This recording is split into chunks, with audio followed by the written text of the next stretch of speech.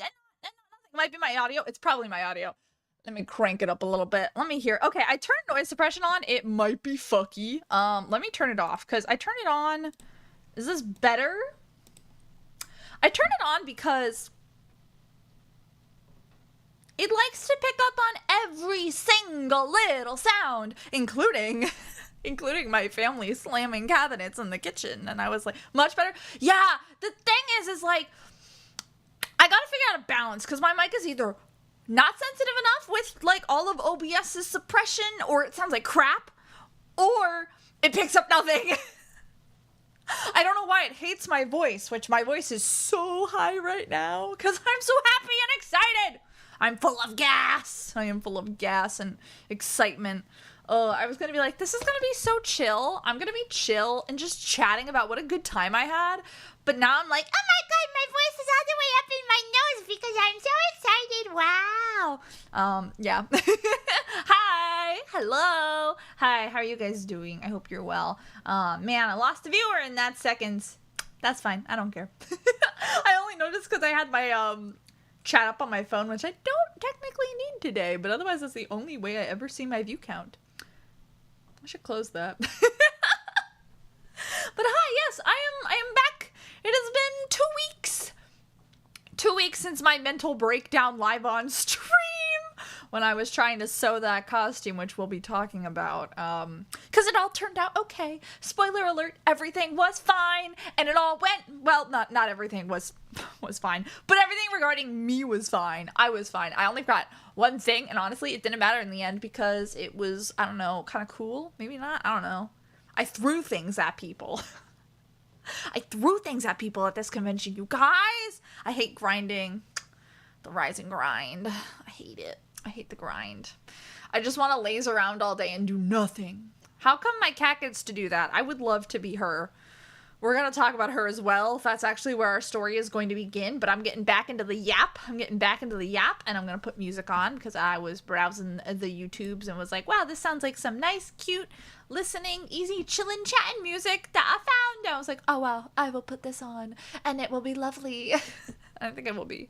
No, instead of me talking in silence or talking over music and going, wow, I love this song. I don't know. 'Cause you got a taste now, drink the Kool-Aid by the jug. I don't know. So much has happened. So much has been happening. Oh, man.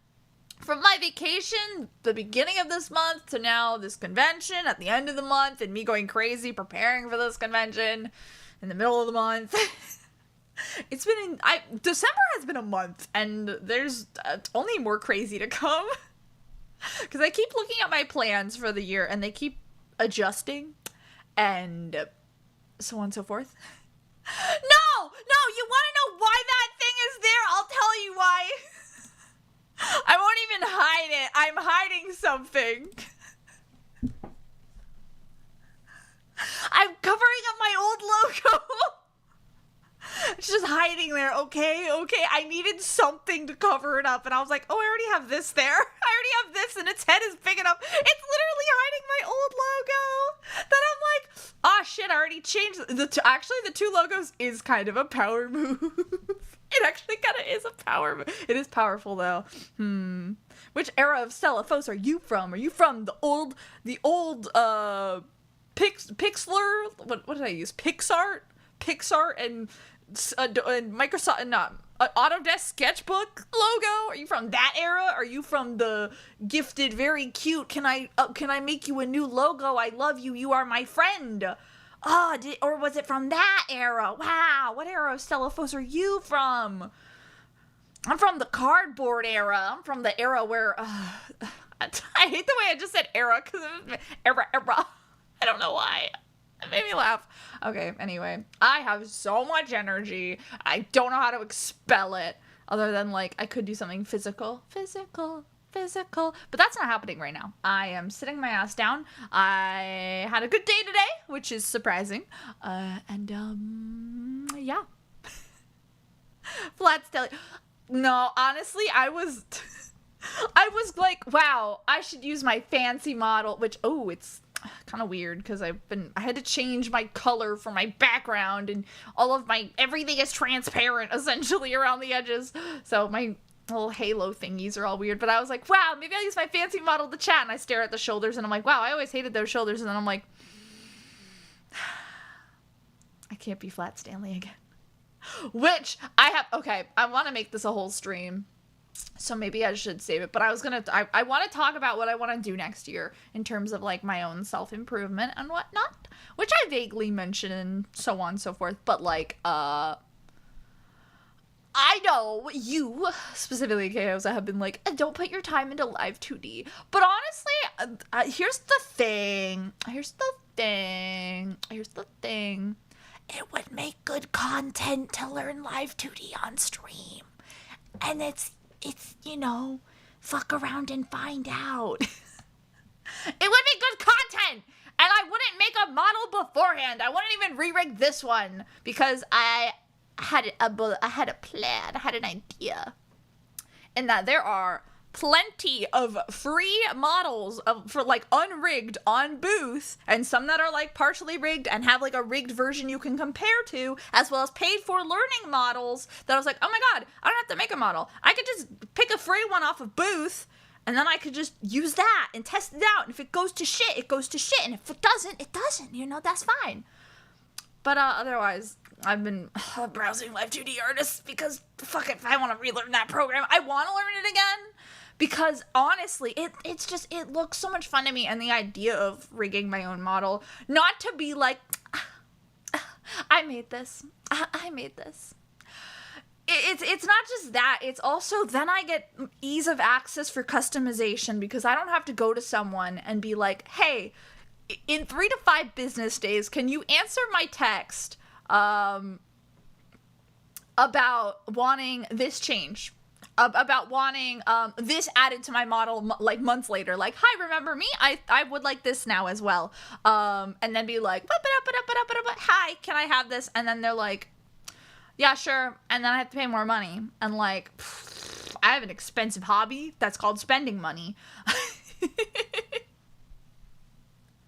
And it's just like, it's just the ease of access of it is the biggest appeal, honestly. It's not the, I made this, which is honestly very cool and good for my ego, which lacks in many departments. But, yeah. But I was like, so that's something I want to do in the new year. So there's a spoiler of that stream of my long ass list of things I want to do in 2025, things that are changing on my channel, things you can look forward to, yada yada yada yappa yappa yappa yappa, it's gonna be interesting. One thing there's a lot I want to mess around with, but I'm honestly gonna figure it out. There's a lot of programs that I look at and I'm like, oh, wow, I want to make one of these, and then I realize I have to learn like fucking Blender or something, and I'm like, I'm not doing that. I'd pay someone to do that. Which I'll talk about soon. I'll talk about that actually segues into a later topic, so I'll try and remember that for later. But yeah, no, there are some I made my I originally rigged my model, which we don't talk about, with no prior knowledge of Live 2D. And no knowledge of anything really, no 3D, no nothing, just YouTube tutorials and an old ass version of Live 2D's free trial. I rigged the whole thing in like a week, which says a lot. And then I spent the rest of that month of the free trial tweaking it. And, still not great. No, I can tell! You're so right, though! Oh, I'm, like, honestly surprised I have as much movement as I do, because, okay. The only thing that keeps me going whenever I look at myself and how I move is I go, damn! I rig better than some of them Niji Sanji riggers! Niji Sanji, is that it? Yeah, Niji Sanji, that's the group. Because I don't want to be mean, but you see some of them? They look like this.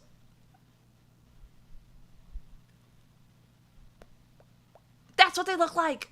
It's so sad. And so I was like, oh no.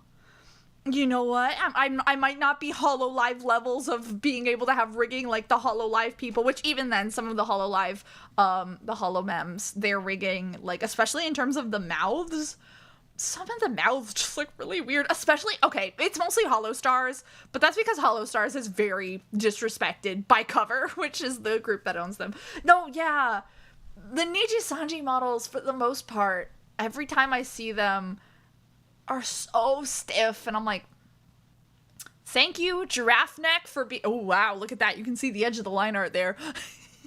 Thank you, Giraffe Neck, for letting me tilt my head more than this. Most of them I don't even see have head tilt. Like, their heads barely turn. They're like, and when they move, they go like this. And to be fair, it could be part of the puppeteering. I am a very animated person. Very animated. I talk with my hands, I talk with my head, I talk with my face, talk with everything. I'm very animated. If I can move, I will. I don't know how to stay still. I can stay still if I need to, but if I'm just standing still and I don't have a reason to stay still, fuck that. That's not happening. That's not happening. That's not happening at all. So I'm like, wow. I was watching, I should save this. No, okay, I was at Holiday Matsuri, and Holiday Matsuri had a big thing called Oshi Oasis, and we're going to go into that more in a moment. But I actually forgot to send myself a video from it, but that's okay. What happened with it was I was watching some of the other VTubers while waiting to enjoy a meet and greet, because there were two between. There was one because of something I'm gonna mention soon that you already talked about, but I experienced firsthand, so I get to tell it.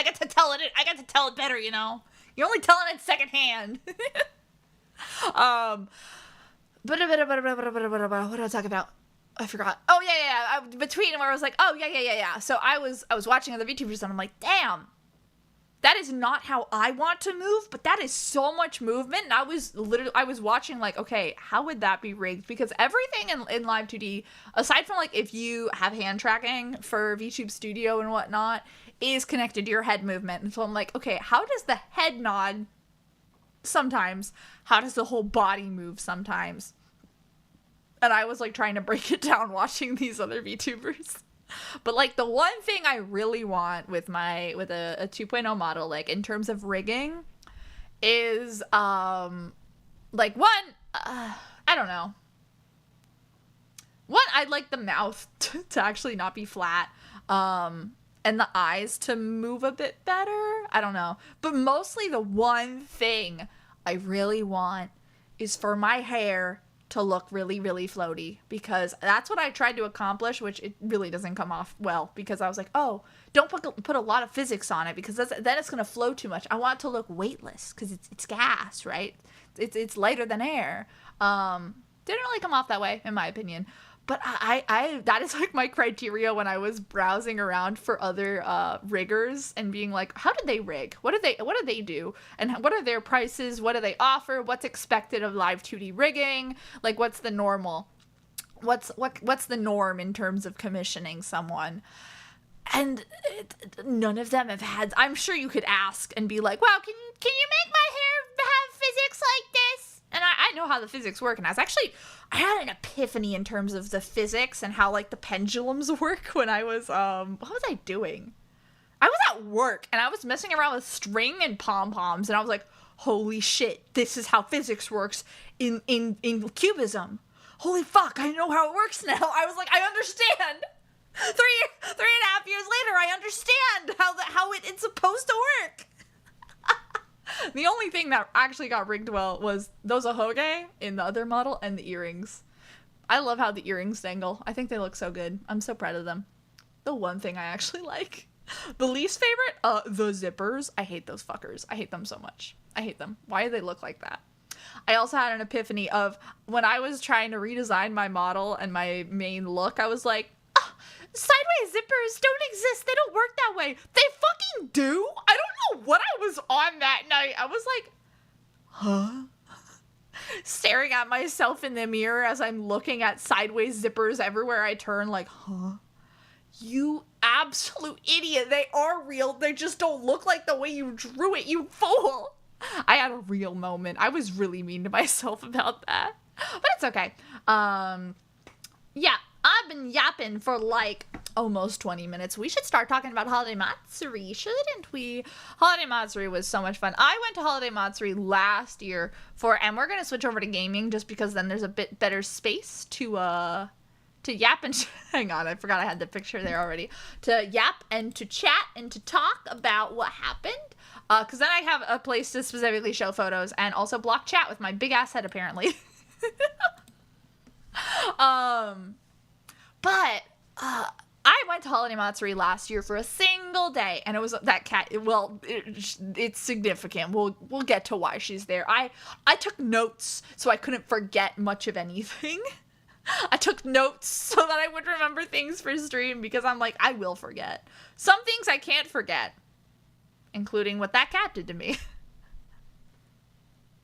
But I went to Holiday Matsuri last year for one day. It was in the middle of the week, and I went on the Thursday, I think it was. Wednesday? I think it was Wednesday. I don't remember. It was whatever the equivalent of a Saturday was at the convention, because I wanted to go to the Idol Fest.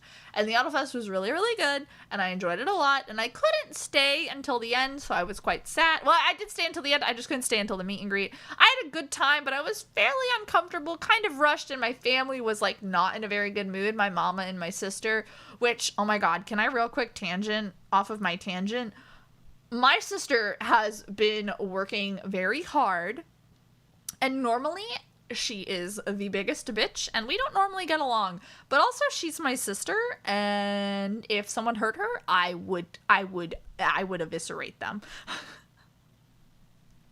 But if the Lululemon one. I only have one sister, but yes, the Lululemon one. She likes Lululemon. She likes horseback riding. But she doesn't ride horses. She just used to, but now there's like nowhere to do that around us unless you want to go into like Podunk, and no one wants to do that because that's where all the crazy people are. No, but she has been working. She's wanted to be a doctor or something for a very long time, and she's been so stressed. She graduated college. Now she scribes as like under like a doctor and whatnot. She's been applying to so many med schools and like not hearing back, or just like the general, because she didn't have like a perfect GPA, and so she was so stressed. And today she surprised us all that she got accepted into medical school, and it was one of her top choices, and I have never been prouder of her. And I just wanted to say that because I am so proud of my baby sister, and I love her so much. She is the biggest bitch I've ever met in my entire life, but I love her, so, you know. Also, she hates hugs, and she let me hug her. She let me hug her when she was like, oh yeah, I got in med school. I like jumped off the couch. I was so proud of her. Anyway, that's my tangent for right now. But anyway, back to Holiday Matsuri. Back to the Weeb Show. Wait, my logo is still, hang on. Hang on. Image. She's so real. She's like, oh goodness, very large. If you haven't appreciated my new logo yet, I'm very honored. It was gifted to me by a good friend of mine, Glitch Lee, gone glitchin' on all social media. Glitch is amazing. Really really skilled digital painter, and like does really cool grungy sketches and whatnot. Very, very cool stuff. So we're gonna put this like, yeah, sure, that's great. Yeah, sure, that's good for now. That's good enough for now. So I went to Holmat last year, and it wasn't the best experience, and apparently people got roofied at the con. I did not get roofied, but apparently people did. And I was like, I don't know if I'm gonna go next year. I hear there's this anime weekend Atlanta. I might go to that instead. Man, but Atlanta's expensive to go to, and man, and I could like just, it's like, man. So at first I wasn't gonna go to Holmat this year, and then I got a text from a friend who lives across the country, and she said, hey, are you going to Holmat? Do you want to go to Holmat? And I was like, yeah. And so suddenly I was going to Holiday Matsuri. We booked our hotel, we recruited another friend, and we all went, and we all met up at the convention and at the hotel, and it was awesome. But before we can get to the convention itself, we need to talk about the day before. We booked our hotel for Friday to Sunday. Normally people will book a Thursday, but we did not because one of us was coming across the country and was driving that whole way, from like New Mexico. Hi, Quack. Hello. Hi. How are you doing? I missed you. I hope you're doing well. Welcome to the Holmat catch-up. You haven't missed anything because I just started yapping about the actual convention experience. I hope you're well. Also, I didn't ask if you guys are doing okay. You're on the holidays. Congratulations. Oh, fuck, that's right. Crimbus Eve, and then Christmas, and then Black Archer's anniversary, and isn't Hanukkah right after? I'm pretty sure Hanukkah's on... I don't know. Hanukkah's starting like right after Christmas or during Christmas. I can't remember. I'm pretty sure it's right after Christmas this year. I don't remember. Winter holidays is going wild this year, so can't wait to go home tomorrow. I hope you have a safe trip. Yeah, I should put on the music I picked out to yap to. We'll see if that helps me stay focused, but I doubt it will. Unless I'm on the Chrysler. Okay, but Mama Fos did say that for Holmat I should cosplay, I should wear like a Christmas tree outfit, and then I could be the star on top of the tree. I did not do that. I did not have time for that. I was too stressed. I didn't have time to be stressed, but I was stressed. I was stressing. I was sweating. I didn't know stars could sweat until this. Which, to be fair, actually, side tangent again. One year, we set up our Christmas tree. That's so smart, Mama Fos. Right? It's so funny. But Mama Fos, one year, we had set up the Christmas tree, and I had snuck onto the back of the tree, like at the top of this where the star is. Like I put on the back of the star a Black Rock Shooter keychain by the one and only Miss Ma'am Kaosa. And not 10 minutes later she came to me and she's like, "What the hell is this on my tree?" I was like, "How can you see this? You're 5 feet tall. It was on the back of the tree."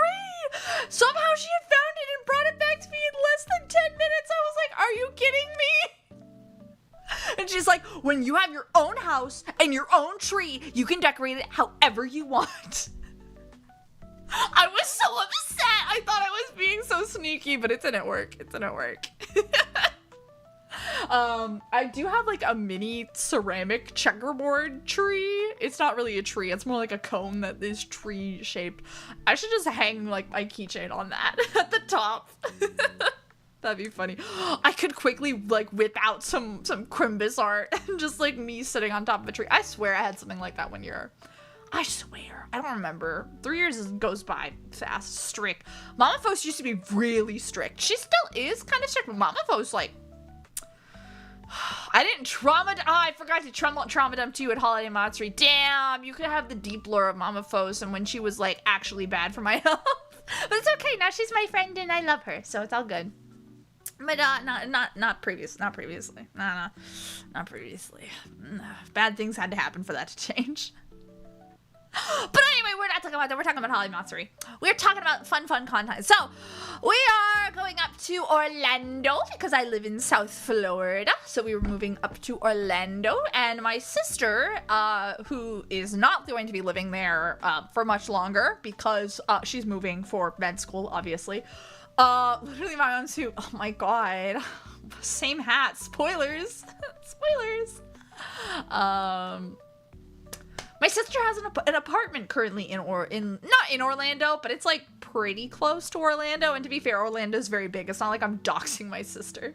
Or Florida. Oh no. I've been so secretive about that fact. Oh no. But yeah, my sister lives close to Orlando. And it was like close enough that we're like, okay, we'll just stay Thursday night to Friday morning with your sister. And I live in the Florida bus. Yeah, you're right. That's fair. Oh dear. Good luck. We suffer. But so we stayed with my sister for one night. But first we had to get up there. So we packed up the car and we packed up our cats because we brought both our cats this time because we didn't have anyone to cat sit them. So we were like, oh, we'll just bring them to her apartment and they can just like stay with my sister and my mom because my mom was going to stay with my sister while I was up in Orlando. And what happened was I have two cats, right? I have Grace and Bianca. Grace is the most well-behaved creature I have ever encountered. She is a very polite lady. She is a well-behaved lady. She is a sweet, snuggly baby. She is just a baby. She like drools. She's so orphan core, as people would say, because she clearly was weaned too early. She was picked up off the street when she was like palm-sized. She is the runt of her litter. She is the sweetest, precious, most perfect angel. I love her. She is my angel. Grace, in car rides, doesn't make a peep. She lays down, she goes to sleep. Perfect angel. Oh, go enjoy your lunch! I love you. Take care. Merry Chrysler. Merry Crisis. So we were going up. But Grace was sleeping the whole ride. Bianca, my other cat, my big fluffy one, who I talk about a lot, who is always in here for streams. Bianca is the one who comes in and cries, and I make her say hello when she hates it, and she never really says hello, but she's there, I promise. She's my lovey girl. She's my clingy separation anxiety cat. She's very sweet as well, but in car rides, she isn't the most well behaved. She cries and cries and cries. And the only way she won't cry is if you let her out of her carrier.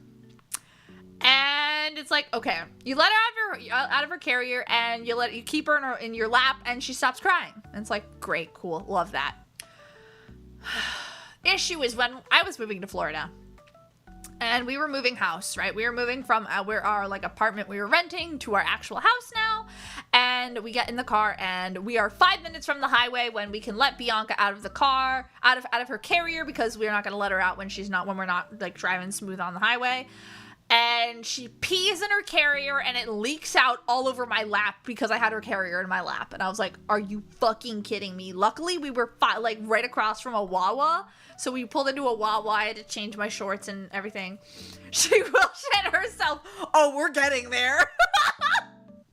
So Bianca pissed all over me like 3 years ago. 4 years ago? 3 years ago. 3 years ago, Bianca pissed all over me in the car. And I had to change in a Wawa and wipe cat piss off myself in a gas station bathroom. Flash forward to Thursday, right? Bianca pees in her carrier, and she's crying, let me out. And we're like, oh god, she pissed. Luckily, we had two layers of pee pads in there.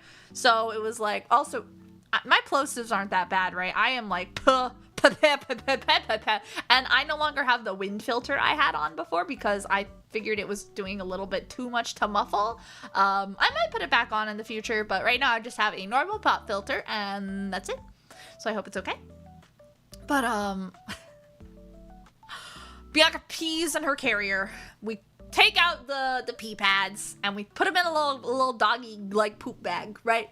Clean it all out. It's good. We let her out when she's on the highway. She comes over to my lap, and we had, like, a litter box in the back, knowing Bianca was accident prone. If you don't, hang on, this is where I can pull up the picture of Bianca. This is Bianca, by the way. This is her stinky ass face. I love her so much. Bianca was wandering around the car, right? And we had a litter box in the back, and we were like, okay, Bianca, just behave yourself. And when I say behave yourself, I mean she was like crawling around through like the luggage to go underneath the seats and shit. This is a photo of her ass sticking out with one leg as she got herself stuck between the seats as they were folded down. I was like, this creature, what is wrong with her? She's very, very cute, and she's smart when she wants to be. Every other moment, there's not a brain cell. There's no brain cell. She doesn't use it. Oh, no. I guess that means you have to get more pistachio butter. You already finished the jar. No, Yosa, no. Yeah, I guess you just have to get more pistachio butter then. That's stretchable, right? She always stretches out her toes. She's so silly. But yeah, Bianca was being a menace. And so she climbs into my lap eventually, and I like hold her, and I'm like, oh, okay. And suddenly she pulls herself up on my shoulder. And I had a blanket on my lap too, because then I didn't want to get covered in cat hair, because it gets up my nose and it makes me sneeze and blah. So, also, you can totally hear me like sniffling. It's been so humid lately, I can't fucking breathe in this state. But, she climbs in my lap, pulls herself up on my shoulder, and she stays very, very still. And I'm like, what is she doing? And then it hits me. She shat on me. She took a shit on my lap. And then she walked away like it was nothing. There was a litter box in the car, and she looked at it, and instead she climbed in my lap to shit on me. I was like, are you fucking kidding me? This was the start of the trip, by the way. This was very early on. And so for the rest of the trip, we had like two poop bags, one with a pee pad that was pissed all over, and one with a bag of shit. We went to the nearest the rest stop on the highway, and we threw that all out. But it smelled so bad. And then we had the shit blanket. And we were like, oh God. So we like, what do we do? And Mom's like, well, if it happens again, you got to keep it on you. So I had to roll it over. It was like, oh my God. I had to take the whole ride as she crawled around all over my lap with a blanket that had been shat on. Good Thursday. We got to my sister's apartment. We had to sleep on her bed couch because she has a couch, but it's also the most uncomfortable thing I've ever touched in my entire life. So it was like a couch that folded down. It wasn't actually like a bed couch. It was like just slightly wider than a twin bed. My mom and myself slept on it. It was so fucking hot and uncomfortable, and it sucked. And I was like, damn, I cannot wait to get to this hotel. So Friday happens, and we are going to the hotel.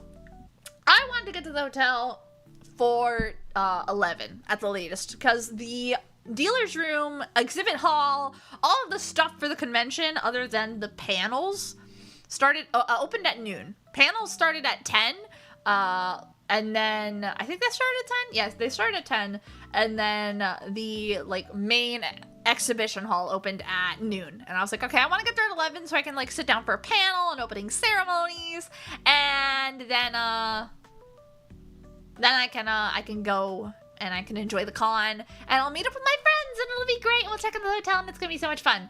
That didn't exactly happen. So it's 11. And I accidentally kept, Mama Fos, as we're driving, was like, you need to help me figure out which way is which, because there's about 3 left turns so close together I can't tell which one is, or 3 right turns. Can't figure out which one leads to the hotel. And I led her the wrong way. And so we had to take an extra 15 minutes onto the drive. Sorry about that, I have water.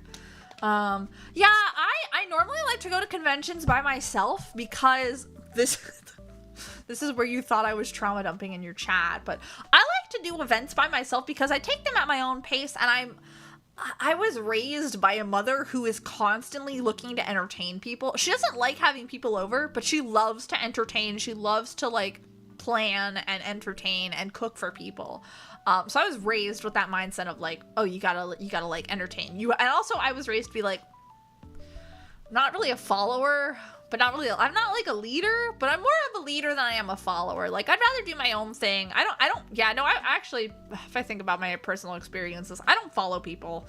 I don't do what other people do. I kind of just do what I do, and if people follow me, that's cool, and if not, that's how it is. Is she a Capricorn? No, she's a Virgo. Is she a Virgo or is she a Leo? Hang on. I'm pretty sure she's a Virgo. Or a Leo-Virgo cusp. She's a Leo! She is a Leo, but she's on the cusp of Virgo. That's correct, yeah. I thought she was a Leo, but I'm she's an August birthday. What is that? I'm it's a late August birthday too. I'm isn't that Virgo? No, she's right on the edge of it. Just I'm on the edge of Cancer, which is why I'm such an emotional, egotistical piece of shit. Yeah, that's the reason. That's the exact reason. Thank you, constellations and zodiac. Too many Leos. There are. And then my sister's an Aquarius. What a household. Nah, it's usually just me and Mama. Sorry, I had the hems today you wouldn't believe. But we got to the convention. Most emotional. I am pretty emotional. I can suppress my emotions fairly easily, but at the same time, when I am emotional, I am all over the place. Not all of it. I'm not all of it. I'm very expressive with my emotions. Very expressive. If I had to talk, I'm just saying, you might be the most emotional person I know.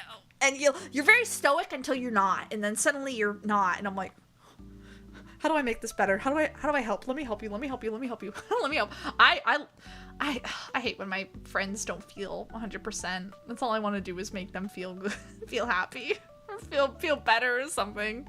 So I'm like, quick, send a meme quickly, a distraction. Wow, why did I freeze there? God damn, come on, keep up with me, VTube Studio. Keep up with me. Keep up with me. And when we got to the hotel, and it was a pretty fancy schmancy hotel. It had like a fucking lazy river that I did not touch. But I kind of wish I did, because I like lazy rivers. I think they're fun. I'm boring like that. Pretty fancy schmancy hotel. But it was a 20 to 30 minute walk between the hotel and the convention center. And I had to do that multiple times. And each day. And it was not fun. But I got my steps in, I got my steps in. It was like, I think they said it was like, someone told me it was a mile, like a mile and a half almost. It was like 1.3. I think someone said it was 1.3 miles between the convention center and the hotel. And I was like, oh, getting my steps in. And I did that. Let's see. First day I did it 4 times. Going like back and forth is 1, 2, back and forth is 1, 2. Day 2 I did it once, twice, 3 times, and then day 3 I did it once, forward and back. So yeah, so I did it. I did that walk 1, 2, 3, 4, 5, 6. I lost count. Hang on. I'm on my fingers and I can't even do it. Okay, so day 1 I did it twice. And then I did it 3 times, and I did it once. I did that walk 12 times. So I walked whatever 1.3 miles is times 12, so like 12 miles. I don't know, this whole trip, something like that. I don't know. It was a lot. It was great though. It sucked on one of those days, but otherwise it wasn't that bad. Anyway, yappy, a distraction. We're going to the con.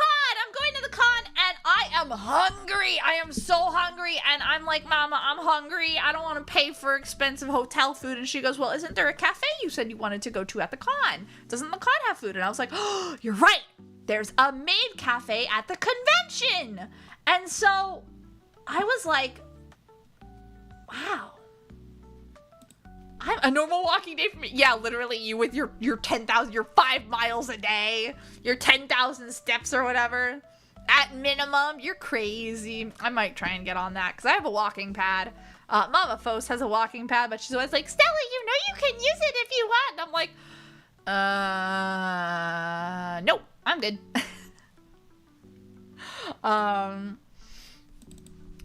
But anyway, I was hungry and I decided to go to an overpriced maid cafe because all maid cafes are overpriced, but it's okay. I was paying for the experience of the maid cafe.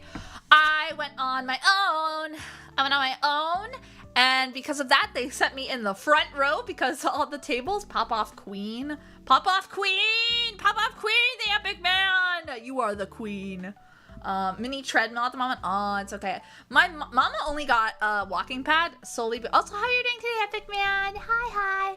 Mama only got one because my sister got one, and she was like, no, it's really good. Actually, my sister got one, but she didn't tell anyone. She ordered one off of Amazon using my mom's credit card, and then Mama Fos was like, I think I'm gonna get one. And then she got one, and she used to walk a lot. I don't know if she uses it very often these days because we've been pretty busy. But who knows? But yeah, a mini treadmill. Yeah, she uses it a lot. She loves it. She's always like, but it's only for walking. Like you can only do like a walk. That's it. And it's like, yeah, I get that. It's a walking pad. It's not a treadmill. Got to the maid cafe, right? I booked it to the convention center because I was running a bit late. I checked into the hotel and I was like, okay, I'm already dressed, which I'll show you what the costume looked like in a bit. I don't have any footage from what I used the costume for, but I will next week. I was told it should be next week. So next week, hopefully. And then I can decide if I'm going to post it or not, if it looks like shit. And even if it looks like shit, I'll probably post it. Because it was fun and I had a good time. And I even look back at the fucking maid cafe thing I did. Oh, that was an experience. I don't want to be mean to it, but that was the most disorganized experience I've seen in my entire life. And I get it, it was run by college kids, but like, how is it that bad? But I went to this Dreamland Maid Cafe, and I had booked a 12 p.m. reservation, and I got there at 12:02. I fucking sped walk the path, but I was like, I'm gonna be late, I'm gonna be late, I'm gonna be late, I'm gonna be late, I'm gonna be late, as I'm speed walking. Many such cases. We're gonna get into that, because yeah, we're gonna get into that. Not even talking about what happened with you. No, there's more from Friday. There's more from Saturday too. There was a lot of shit. Oh my god, it was insane. But anyway, got to the Maid Cafe. Maid Cafe was probably the most put together experience of the whole convention, honestly. And I get there and it was great. This Maid Cafe is actually based over in California, and they were doing this over here in Florida, and it was awesome. I got myself a croissant. And a lavender lemonade. And the lemonade I got first, and it was delicious. I did not expect it to be so good because I'm not a big lemonade person, but their other options were like iced tea or like iced coffee. And I was like, or like boba. And I was like, I don't really want boba. I've never had boba, but I don't want to try it right now. What if I don't like it? So I was like, well, lemonade's the best bet. Lavender lemonade. Oh my god, it was so, like, delicate. It was such a delicate flavor. It was so yummy, yummy, yummy, yummy. It was so good. Lemonade hits the spot. Normally, I'm not a big lemonade drinker because it makes my mouth feel very, like, filmy, very weird. But this one was so, so good. I was like, damn. Where'd you get this? But anyway, I got in the Maid Cafe, sat down, ordered, and I also ordered a checky, which we're going to talk about checkies later, because I got a lot of checkies. If you don't know what checkies are, they are Polaroids that you take with someone, or that are photos taken of someone. It's just like a cute little, like, idol-y thing, like these Polaroids. They're not meant to look great. They're meant to be, like, an in-the-moment capture. They're pretty cute. So I got a checky with my maid, who happened to be an idol that I really love. And I say this knowing that there were 3 idols that I really love working at this cafe. But one of them wasn't there on Friday, which is when I went to the cafe. She was only going to be there Saturday and Sunday, but that didn't matter. We'll get to that soon, too. But I got maid Evie, and she was so sweet. And I immediately recognized her, and I was like, wow, hi. I'm a really big fan of yours. It's awesome meeting you. Thank you so much. I love you. Yeah, I love Oracle a lot. And she was like, oh my god, wow, you're my what? And I was like, I know you're being nice to me because that's your job, but like at the same time, she was like extra nice to me. She was like, okay, she like kept coming back to check on me, and not everyone kept like getting their maid coming back constantly to check on them. And then we all got coloring sheets to color a little maid with. So this was my little maid. I went for like a Christmassy color theme, so it's like greens, reds, and yellow. And then I thought it was cute enough. It's hard to tell because the lighting in the room was very pink. But it was so good. Oh, there's my checky in the corner. That's my checky in the corner. You can kind of see it. I don't look good in that I don't look good in it, and my ass looks fucking huge, but like, yeah, no, it was probably like very genuine niceness, but it was just like, oh my god, you're Evie! Evie, wow! I'm a huge fan. And she was like, what? And so she kept checking on me. And when she like brought out the coloring sheet before anyone else got their coloring sheets, and she was like, and she's like, I made sure you got one of every color for the crayons. And other people were like, why do I have 5 greens? I was like, I'm getting special treatment. And then came time for the performance. If you don't know maid cafes, you saw there was a stage in the other picture. On that stage, a couple maids performed.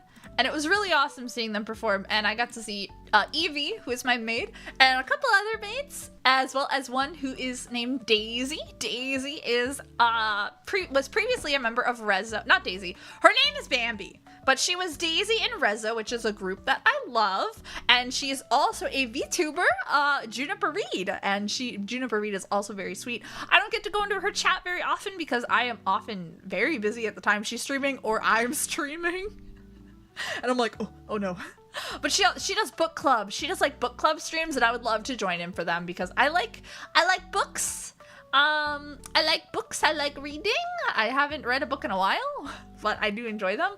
Oh, fuck. I forgot. I had a book I had to pick up that was on hold. Oh, I had to pick it up for Mama Fo's. They're probably going to put it away. Oh, no, the library's closed tomorrow.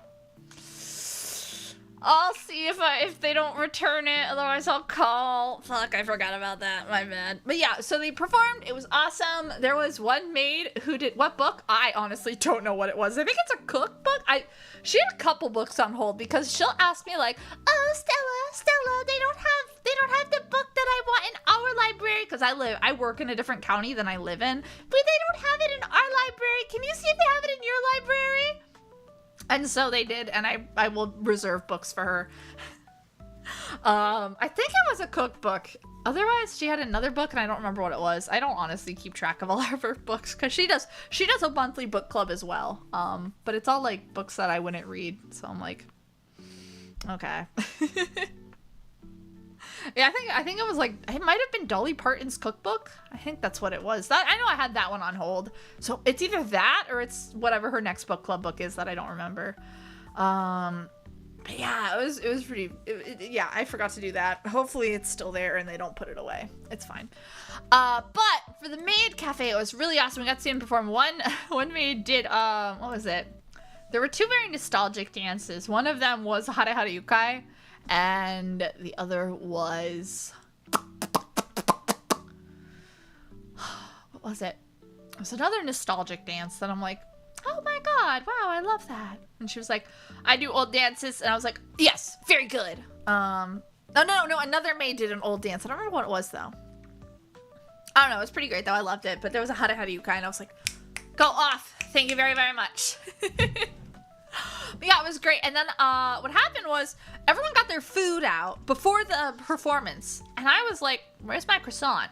And so they come over and Evie comes over and she's like, that was it. Yeah, it was the Lucky Star OP. Yes, it is. It was the Lucky Star OP. You are correct. That was it. I was like, some other classic dance. What the fuck was it? But yeah, that is 100% what it was. And I was like, yes! Sorry, my water. It was awesome. I loved it. I was like, yes. And then someone else did Darling Dance. And then they did two classic Maid Cafe songs. It was awesome. But anyway, my croissant wasn't there. And so Maid Evie comes over and she's like, what are you waiting for? Oh, no, it wasn't Maid Evie. It was another maid. It was another maid because Evie was the one who was like, I think Stella's missing their food. And they were like, what are you waiting for? I was like, a croissant. Me, the all-knowing. I mean, you are, the philosopher and the psychic. Whoa. So I was waiting on my croissant and it didn't come until after the performance because they were like, sorry, they couldn't use the microwave in the dark to heat it up or whatever. And I was like, that's fine. So I get my little warm croissant. It was covered in powdered sugar. It was honestly a really good croissant. And I don't know if it was because I was really hungry or if it was a really good croissant. And I want to say it's because it was a really good croissant because it just was really good. Not the microwave, yeah. It was like a warmed up pastry. I was like, yeah, microwave croissant.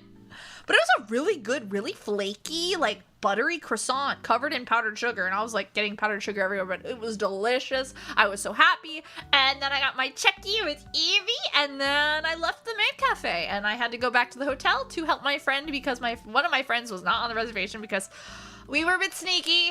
And this was one of those hotels that charges not, like they increase the price even if you're paying for the exact same room. They will raise the price if you have more people. So 2 people was like the normal price. 3 people was like an extra, I want to say it was like an extra $30 a night. Now we were like, we're not paying that. So we didn't. So one of my friends wasn't on the reservation and she got there before my other friend. And it was like, uh-oh. So I had to run back and I had to give her a key and help her drop off her stuff and then let her get ready. And then our third friend arrived and it was awesome. awesome. And we got to all hang out and whatnot. We all were dressed. And then I was like, okay, guys, you guys can get dressed if you need to, but I really need to go because I have an event that I need to get to.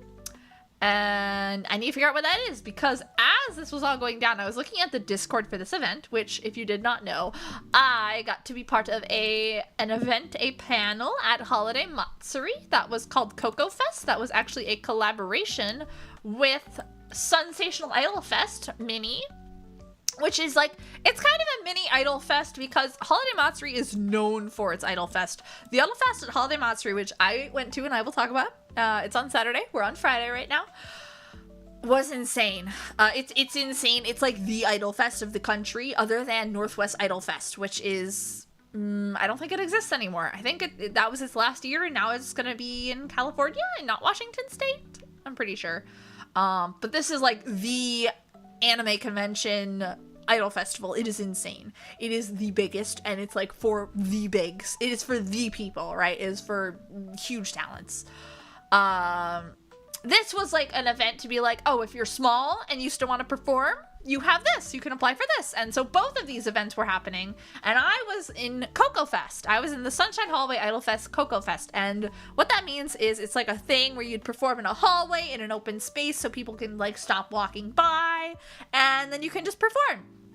But the new convention, the convention center where Holiday Matsuri was taking place this year, has a no speakers rule in public spaces. So, we couldn't do that, and we as Coco Fest were adopted by Sensational Idol Festival. And we got to perform in a panel room. And originally, they were told, oh, it's going to be in panel room 2, and you're going to have a stage, and you're probably going to have screens and microphones. Great. Perfect. Sounds amazing. And I was like, I'm going to be on stage. Last time I performed, which I have performed on stage before, just not under this identity of Stellavos. I performed with a group that no longer exists, sadly, but it was a group and we did Love Live covers and we didn't do many, and the last one I was supposed to perform at before I moved, I was super duper sick. I thought it was COVID and it was not. It was probably the flu. Like, everyone was getting sick with COVID, and there I was with the fucking flu. It was really bad, too. It was awful. I was bedridden for, like, 5 days. It was the sickest I've ever been, I think. But I wasn't able to perform because of that, so I never got to actually have a final performance with them, and it was very sad. And then everyone kind of went off to college or moved and whatnot. You liked my Rezo dance? Thank you. You didn't see it yet. What are you talking about? I mean, there was a small clip someone posted, I think. Thank you. I will hopefully get to post the footage of that in the next week because that's when they're going to send it all out. Because they did record the whole event, so the clip. Yeah, the clip. Thank you. I'm glad. The monochrome part. Yeah, monochrome. I love that song so much. Which, oh my god. I'll get to it in a second. I have a tangent. I have another tangent relating to monochrome. But anyway, originally this event was supposed to take place in a room that had a stage and a screen and microphones, and it was going to be like, you know, a proper little area for people to perform and would have housed a decent sized audience. What happened was suddenly the schedule releases for Holiday Matsuri, and it says the panel is in room 331B. Well, where's that? That's not where panel room 2 is. Huh, that's weird. So we're trying to figure out and get in contact with staff. Be like, hey, where's the panel? No one's contacting us. Someone goes to scope out panel room 331B the day of the event. The event isn't listed on there. It just says dance lessons for the whole day. And we're like, that's not good. And it ends up being last minute they're contacted. Yes, it is in 331B, which is very far away from where panel room 2 is. But it's okay because the schedule said 331B, so people knew where to go if they were going to attend the event. And people did show up, which was crazy. But we get to the room, and it's a very small room. There's no stage. there is no real room to put a projector out for a screen, and there are 2 microphones, and staff brings in a 3rd one for a group of 3 that are going to be singing live. And slowly all the idols trickle in, and I get there and I'm like, oh boy, okay. And it was I didn't take a picture of the room, but like you'll see it when the video comes out. It was not the room that was requested, and it was really weird. I was like, okay, at least my costume is very comfy and it's all good. So after we found the room for hell, we couldn't get in originally because some guy was in the room refusing to leave and was fighting with staff about thinking he was allowed to be in there. He was not. And I was like, oh, okay, that's fine. That's cool. That's fine. You know, it's fine. So, they got this guy ejected from the panel room, and we all shuffle in, and we realize there's no chairs set up, so staff has to set up chairs, and there's no room for the idols to sit anywhere. So all of us idols are sat on the floor in the front of the room, and we're called up one by one, and we all have to drag our asses off the floor after our legs have fallen asleep. And I was like, oh dear God. It was an experience. But none of us were complaining. Except for one girl. I have not been in the Florida Idol scene for very long, and I've observed it from a distance. And I've heard some things about it, but I'm like, come on, I come from the New England Idol scene. People are horrible up there. How much worse can it be? Not that bad. Everyone was very nice. In fact, there was a duo. There was a duo, Dusk Till Dawn, and they were performing as Luca and Miku. In their Magical Mirai 2019 outfits, the circus one, like the circus ones. Very, very cute. Very, very cute. And they did like a ton of songs. It was awesome. But they hand wrote notes for everyone. Like they went around, found everyone's socials, checked out their stuff, and hand wrote notes and doodled like a little drawing for them. It was the cutest thing, and I almost cried. Because I was like, what the fuck? And also they gave out candy canes to everyone. It was so sweet. Of anything I could have lost in returning from the convention to my residence, that is what I lost. I'm pretty sure I left it in the dealer's room on someone's table as I put it down and walked away and forgot about it. And I was very sad. I'm very sad I lost it, but it's a good memory to have. And I'm like, you know, I'm pretty much over it. I'm like, damn, this always happens. I always lose something at conventions. One time I lost my phone, and luckily someone turned it into Lost and Found, and I got it back, and everything was fine. Yeah, that was kind of sad to lose it, but it was very sweet that it happened. But there was one person, and I won't say who, but because I don't know her name, but I don't know. I'm not speaking for all Project Sekai cosplayers, but anytime I see an idol that's like really a bitch, they're usually cosplaying from Project Sekai if they're not an original idol. So there was a Project Sekai cosplayer who was complaining a lot. And as all the idols are sat on the floor, she's like, I'm not sitting on the floor. I'm not sitting on the floor. I'm sitting in this chair that's for guests, for like the people coming to see the panel, like a very limited number of chairs. And I was like, oh boy, okay. And then she's like, we're actually sat out of order now. And I was like, oh my God, the people running, and wasn't even saying this to staff, to the people running the conventions who are just as much victims as the rest of us. If anything, they're worse victims because they were the ones who were given the misinformation. Many such cases. I think you're correct.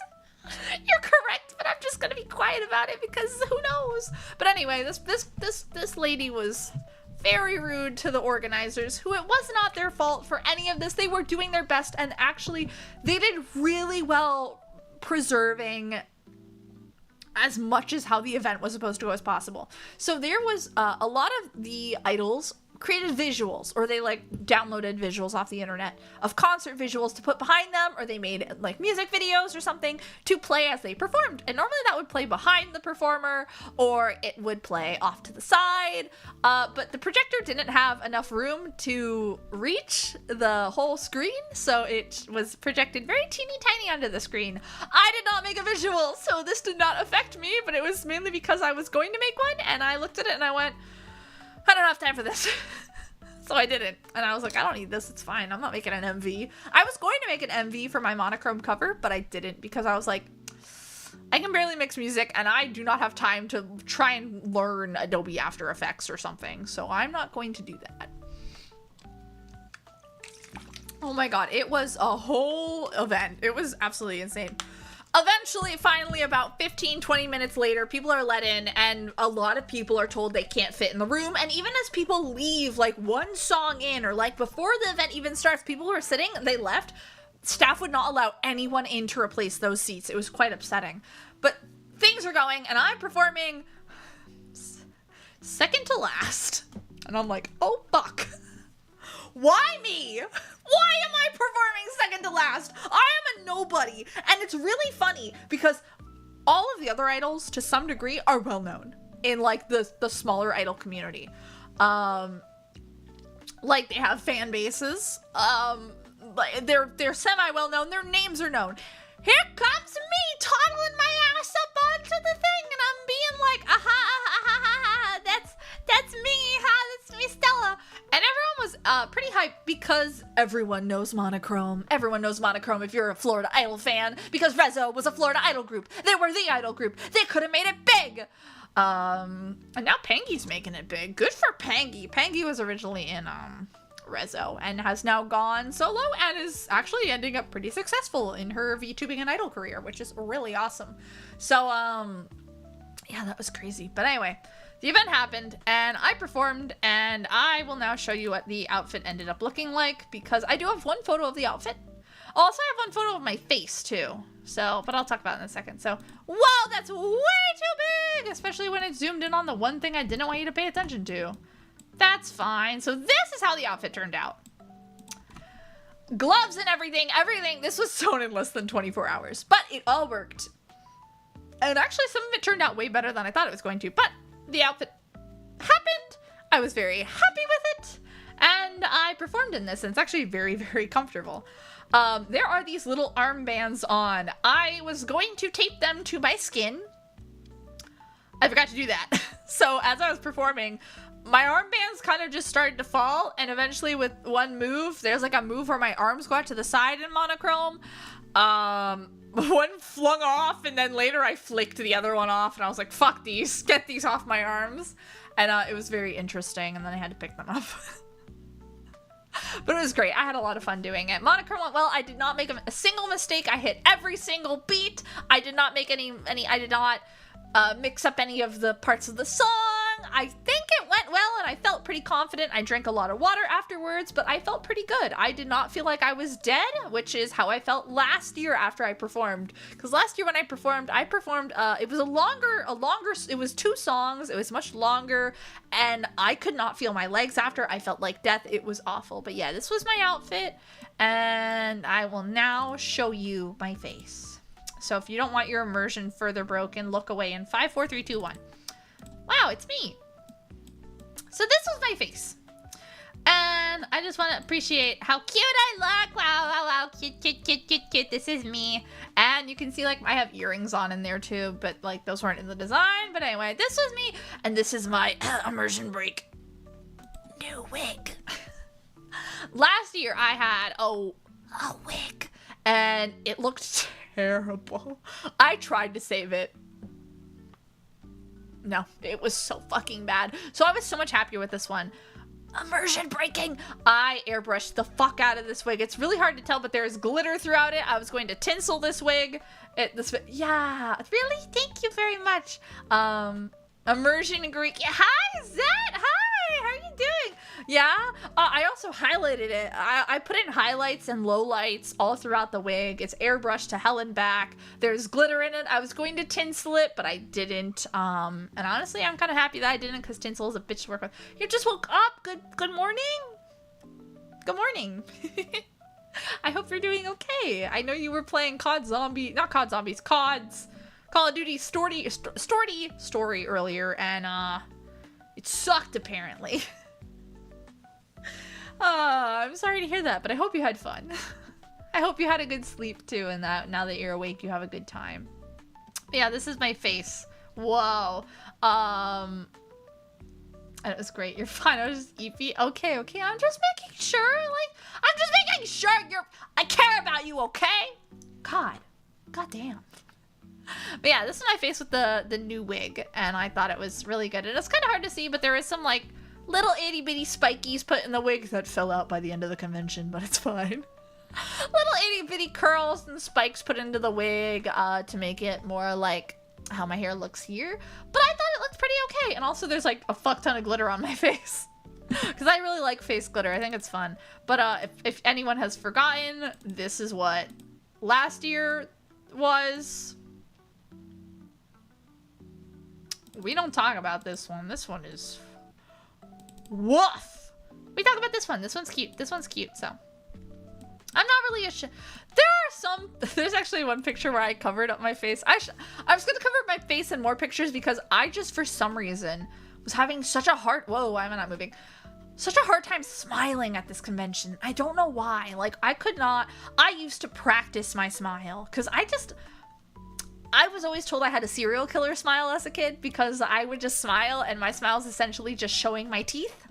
Like, I can't replicate it obviously here, but it's scary. So I was told it was a bullying thing. We all know I was bullied. We always talk about that. It's just how it goes. And it was like, wow, you look like a serial killer when you smile. And so when I got into cosplay, and even before that, I would stand in front of a mirror for hours and practice my facial expressions to be like, I need to look like a human. I need to look like a person. I need to smile. And I eventually stopped doing that because I don't really go outside. And I stopped caring after a while. Like in college, I stopped caring and I stopped cosplaying. Me 24/7. Unless I'm like face to face with a customer or I'm taking selfies and idol shit, I don't smile either, which just makes or like if I'm talking, normally like it kind of becomes kind of smiley. This model is just default smiling and it's like, can you just be relaxed for like 5 seconds? And it's like, no. It's very uncharacteristic of me. But so most of my smiles were really bad, so I might crop myself out very quickly because I forgot to do that with other pictures. I removed my face and doodled over it for a specific photo because I really hated my face in it, so I took it out. But this one I thought was fine, so this one I also shared on Twitter. But yeah, and look at my gloves. The gloves happened, guys. My mama's Kenmore sewing machine from a million years ago from Sears was able to sew through the gloves without eating them. It sewed through everything like a dream. It was amazing. It was great. I love that sewing machine. I don't know why I ever trusted a brother in my life. Oh, so yeah, that was that. But yeah, I performed. It went well. I didn't die. And then I left. And then we walked around the convention and I bought some merchandise and I just had a really good time. And I found a lot of Precure stuff, a lot of Ojimajo. No, I found one Ojimajo Doremi thing, which I love Doremi a lot. I did not find any Black Rock Shooter like art in the artist alley. Only some figures in the dealer's hall, which of course I already own them, but they were all overpriced, and I was like, I'm not fucking buying a pre-owned, opened Black Rock Shooter Figma for $60. I'm not doing that. If it was cheaper, I'd probably been like, oh, she needs me! I will save her! But $60 for a pre-owned Black Rock Shooter Figma, That's not happening. I was like, yeah, no. And then there was also, otherwise there was only one booth had the Corful Empress prize figure, and then one other booth had the Dawnfall Deadmaster Nendoroid and the Puppet Parade Blackrock Shooter. And the Puppet Parade Blackrock Shooter was like $60. I was like, this was like $40 upon release, less than $40. Yowzers. And then I didn't see how much Dawnfall Deadmaster was because they didn't have a tag for her, and I was like, fuck if I care then. So that was my Friday. So then we were like, okay, let's go back to the hotel. Let me find a good picture for the... Should I find a better picture for the hotel? I don't think I have one.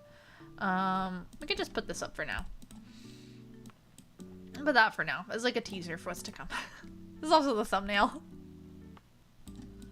But, so we are off back to the hotel, me and my friends, and we are going to go relax and eat food. And we saw there was like there were a couple food options, and of course they're all overpriced, but we're like, damn, I see people with pizza everywhere. Where are people getting pizza? There's fresh made pizza at this hotel? That's awesome. I want pizza.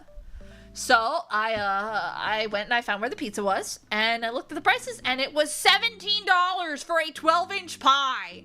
I was like, I could get Domino's for $6.99 for 2 pies. I could pay less for 2 pizzas.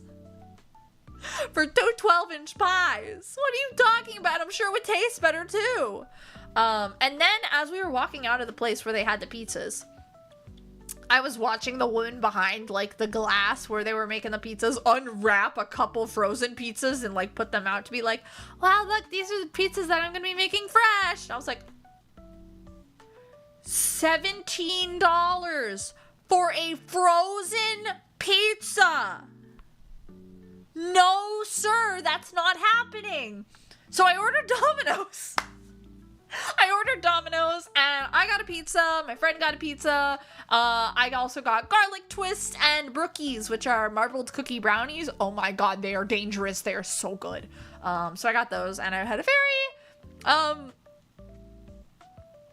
you know, I tried to sleep after eating all that garbage being put into my stomach, but it was, it did not go well. My throat felt like it was burning all night. I haven't had Domino's in years, because I used to live off of Domino's in college, but I was like, god damn, was it always like this artificial in my mouth? Good shit though, very good though, very delicious to put in my gob. If food tastes good, why am I not supposed to eat it, you know? Brookies. You don't like brookies? I mean, that's fair.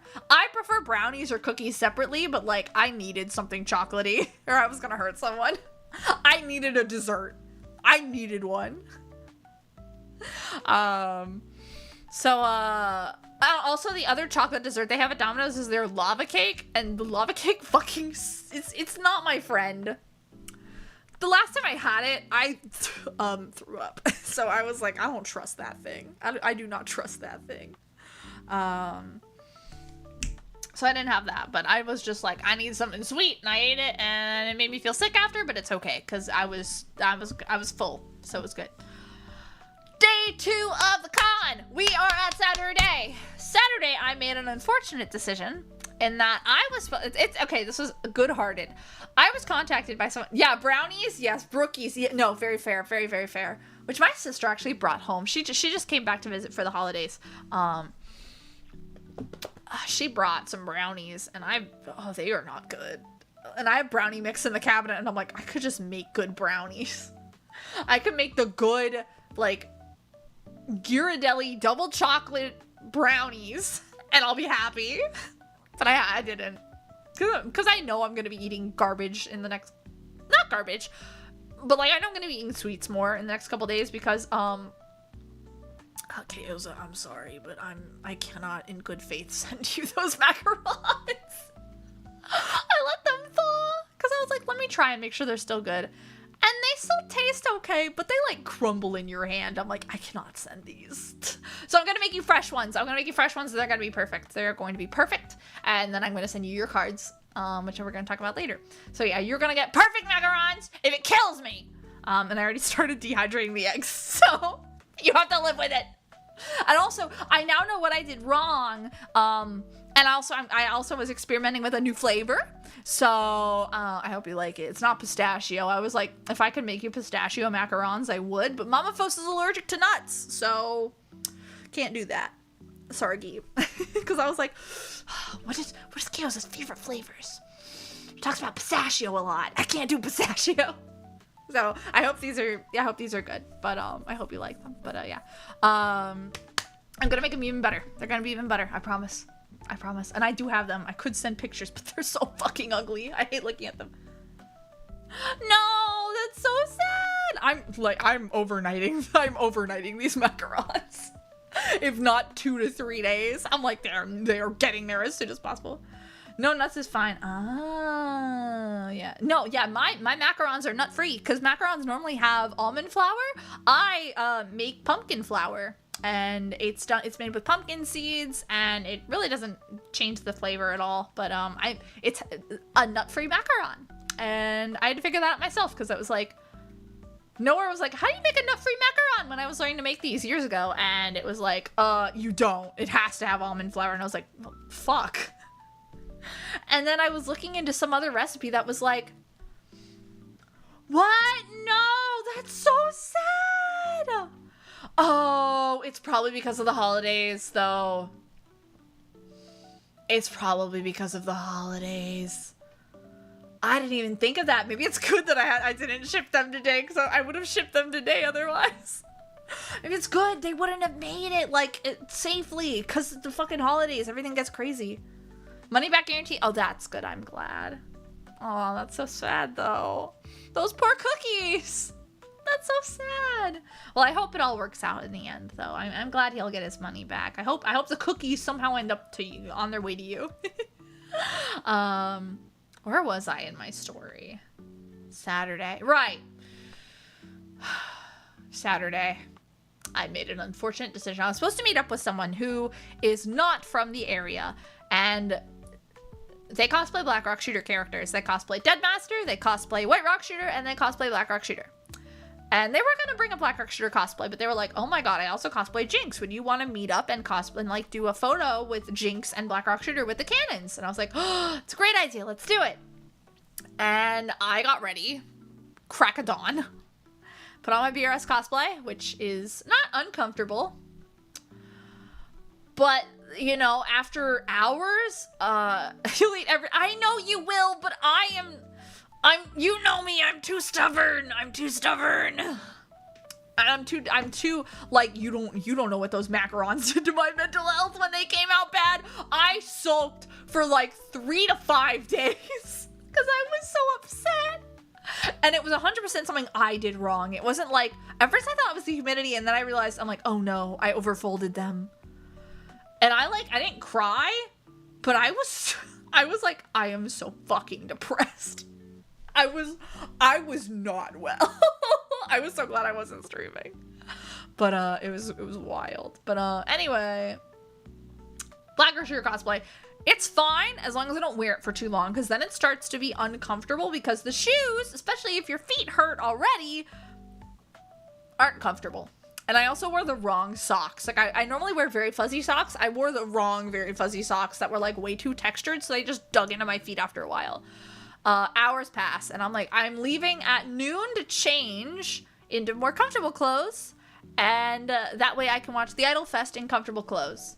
And then I was like, wait, actually, because how the Idol Fest worked this year was they said, and I can pull up Idol Fest now, I guess. No, wait. They were like, oh, you have to be there an hour before the event starts so that you can get a wristband. And then you have to wait in line, and you can wait with your party, whatever group you're with. And as long as one person from your group is waiting in line, they can re-enter line. You can re-enter the line and swap in and out for that hour. It's like, okay, that's cool. We get there an hour early, and they're like, we get there an hour and a half early, and they say, oh, we're not doing wristbands today. No wristbands at all. No wristbands. We don't have them, and we're just not doing that. We're not going to be at capacity, so we don't need the wristbands. And I was like, oh, okay, that's fine. So that's cool. So no wristbands. I'm like, oh, great. That means I can just leave. I can leave later, and then I can change. So I decided I was going to leave at 1, and the Idol Fest was at 2. I did not get to meet up with this person because they were still getting ready. And, you know, it was past noon, and I was like, it's not happening. So I leave at 15 minutes to 1, I think. And I'm like, okay, I'm going to run back to the hotel, and then I'm going to change, and then I'm going to run back, and I'll be back in time for the Idol Fest. Like, I should just make it. My feet hurt so bad. I got into that, I started getting into cosplay. I think I was ready for 9:30.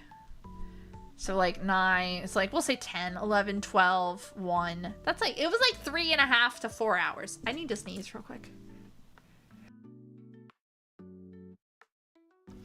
Okay. And normally I don't wear the cosplay for more than 2 hours because of the boots.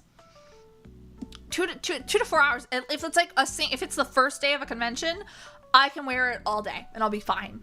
My feet will be fine. My feet hurt so bad from yesterday that I was in shambles. And I still had that on a normal walking stride, 20-minute walk back to the convention. Not to the convention, to the hotel. So I walk back and I'm like, oh God, this is not good. I'm in so much pain. My cannon that I had is falling apart because it was not built to last, and I hadn't taken care of it. It had been a year since I touched it. It was falling apart, and to be fair, it's because it was like it was all pieces that were supposed to be replaced anyway, and they were not built to last. The main barrel was built to last, but everything else was not, and everything else was falling apart. As I was walking, it sucked. It was like I don't know, fucking, you know Howl's Moving Castle? When the castle is slowly falling apart towards the end of the movie, that's what I was like. That's what I felt like. Where my feet hurt and the cannon was falling apart. And then my feet hurt so bad I had to take the boots off, and I had to carry the boots in a hand, and I was already carrying this cannon over my shoulder. And then the wig was falling off my head because I didn't have enough bobby pins. So I had to take the wig off, and I was carrying the wig. And I was shocked that the belts and jacket stayed on. So I'm walking back barefoot, and it took me 35 minutes to get back to the hotel. By the time I was at the hotel, it was 1:35. And I was like, oh my God, I still need to change, and I still need to get back before the Idol Fest starts. And that's at 2. 20 minutes. I don't have time to change and get back. I did the fastest change of my life. The fucking fastest change I've ever done in my life. I was like, I didn't know if I was crying or not because I was so out of it. While I just kept moving. I was in so much pain, but I just kept moving. And I changed, and I don't know how long it took, but I was out the door with my pen lights in hand, and I just kept walking, and I was repeating to myself, just keep walking, just keep walking. I had to, or I was going to fall over and collapse because I was in so much pain. Finally, I get back there, and I get into the building for the convention somehow at 1:58. I get up the escalator. It's 1:59. The clock rolls over. I sit down in my seat that my friends had saved for me. 1:59, I sit down. I put down my water that I smuggled into the theater. And the show begins. The lights dim the second my ass hits chair. And then it's Idol Fest time. I felt like death. But after the Idol Fest, I felt much better. So, the Idol Fest. Holiday Matsuri's Idol Fest is infamous. It's just insane. I don't know how to explain how big it is. If you don't know idols, it's hard to explain because you look at it and it's just like, okay, it's just some like cosplayers performing, right? It's not just cosplayers. It's cosplayers, it's original idols, it's cover artists. It's a lot. It's like, this is the event. They have previously at the previous location, they'd have a huge stage with screens up and a huge screen behind them. This year they had it was taking place in an actual theater, and it had a big stage and had a big screen behind the group and all these fancy lights. It was awesome. It was so cool. And I have some photos. I took a photo for each group, but I didn't put them in because honestly, I didn't have enough to say about each group other than being like, oh my God, and they were so cool. But there were some specific groups that I was like, wow. So I got to watch the Idol Fest in full, and I had a great time. It was amazing. I got to see so many amazing performers. So the set list was pretty stacked, and that's why I really wanted to go, because they had a Love Live Aqua cover group called Mango Melody, who did 3 awesome songs, including Thrilling One Way, which is the song that I first performed with that group I used to be a part of. I miss them a lot. I hope they're all very well. I think they do a K-pop covers now, actually. I'm happy for them. But last I checked, and they started like their own little group, 3 of them, and everyone else went off to do their own things and whatnot. Yeah, so Mango Melody was amazing. And then there were some other performers I'd never heard of that were amazing. But also performing was Project Constellation, which is an idol group I love. As the name implies, they are star-themed, so it's very much on brand for me to enjoy. But Project Constellation is an original group. They do their own music. They do covers. They're so cool. And I had actually pre-ordered merch from them. Because I'm a night owl. I am most awake at night. I stay up, and that's just like how I am. I am my most productive in the middle of the night. In the daytime, I am like, I'm a zombie. It's a miracle I can get anything done. But yeah, you should sleep. You should sleep. Don't worry. You can check the VOD and hear about everything I have to say regarding Sunday. Please get some eep, you eepy little guy. Take care of yourself. I love you. But yeah, Project Constellation was amazing, and I pre-ordered their merch, and I got to pick it up, and it was really great, and they were so sweet. But we're gonna talk about that in a minute, because I have more story. Project Constellation was incredible. It was really awesome seeing them. But also there was Barry. Barry is a huge idol. Better idea, lurk in the stream half it. Wow, Seth, are you speaking from experience? Lurk in the stream in bed half asleep and risk Store being able to influence your dreams. Ooh, I'm in your mind. Good night, Yosa. Take care. Thank you. Bye. Bye-bye. No. Are you lying to me?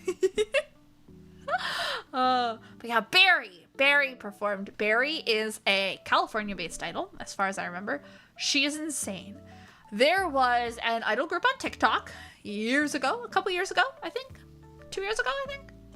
That got bullied off of the platform because Barry said things like, her call and response was in Japanese, and she was like, I am Betty, saying it like Betty, strawberry, blueberry, and people said, whoa, that's racist.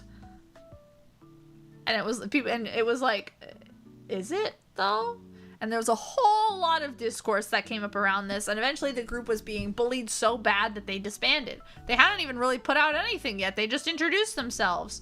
Fauna stream had dreams of Fauna Mart. Okay, that sounds fun though. That sounds great though. I wish my dreams were so easily influenced. I only dream about things that happened like earlier that same day. Like grocery shopping. Going to Walmart, you know, those are my dreams. Yeah, but anyway, Barry was a member of this group, and then she came back swinging because people were like, and this blew up on TikTok. It did not stay on the idol side of TikTok. It went everywhere. People to this day still bully Barry and call her a racist because she said strawberry. It's like, yeah, okay. It's like, there's a lot of nuance in this, and it's like, yeah, there is a lot of nuance to be had in the conversation, but a lot of it comes down to one, idol culture, and like that form of idol culture originally originating in Japan and being like J-pop and whatnot, and then also, that's just like how you would read if it was written in katakana. And like, yes, strawberry in Japanese is ichigo, but also you're gonna find a lot of things being like strawberry. And it was really funny in like the worst way. So Barry came back swinging, and now she's a huge idol. She's huge. And I got to see her perform, and she was very, very good. And she debuted her new song, and it was very, very good. And her new outfit, which was super duper cute. So that was awesome. I also got to see Charm Effect. Charm Effect is a group formed of 3 members, V, Perry, and May. I have followed each of them before in their previous projects before Charm Effect. And V was Nikki and Rezo. So obviously I'm a huge fan, obviously, you know. But also I love all of them. They're so good. And May is a 1OK Rock fan. And it was awesome. And I accidentally said like, oh my god, yeah, you were at that 1OK Rock concert to Perry. But I was like, in such a daze that I was like, oh, because I got to meet all the idols after, by the way. Spoiler alert. It was crazy. It was awesome. But it was just weird. It was just weird. And she was like, actually that's May. And then they looked at me and I was like, I'm so sorry, I meant May. But I was like, yeah, silly me, stupid star.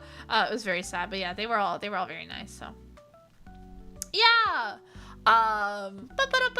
And then also there was Phoebe. And if you want to talk about Western idols and Kaigai idols and idols in general, you have to talk about Phoebe. This is Phoebe. This is her post from Twitter from Holiday Matsuri's Idol Fest. Phoebe is, in terms of idols, basically God. I don't have a better way of putting this. Phoebe is basically God. She is the idol of all idols. I don't have a better way of putting this. She was also a member of Prism Project before Prism Project disbanded. She's insane. And then also, if you look real close in on this photo, you look really close in there. You look really close. You look really close. I'm gonna move my logo.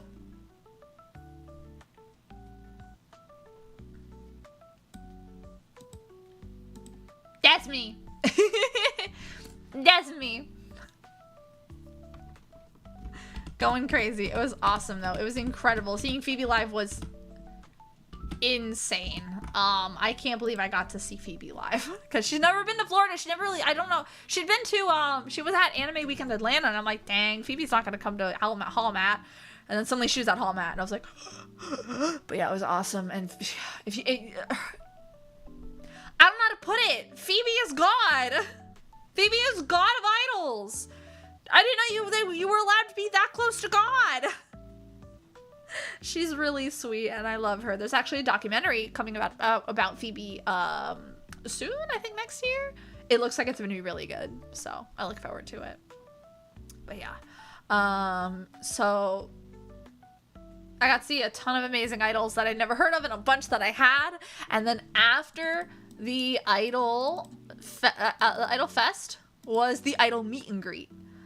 And at the Idol meet and greet, you could go around and obviously meet all of the idols. But one of the things you could also do was on the back of your program, there was an autograph page where you could collect all of the autographs. And if you collected all of them, you could get a badge ribbon.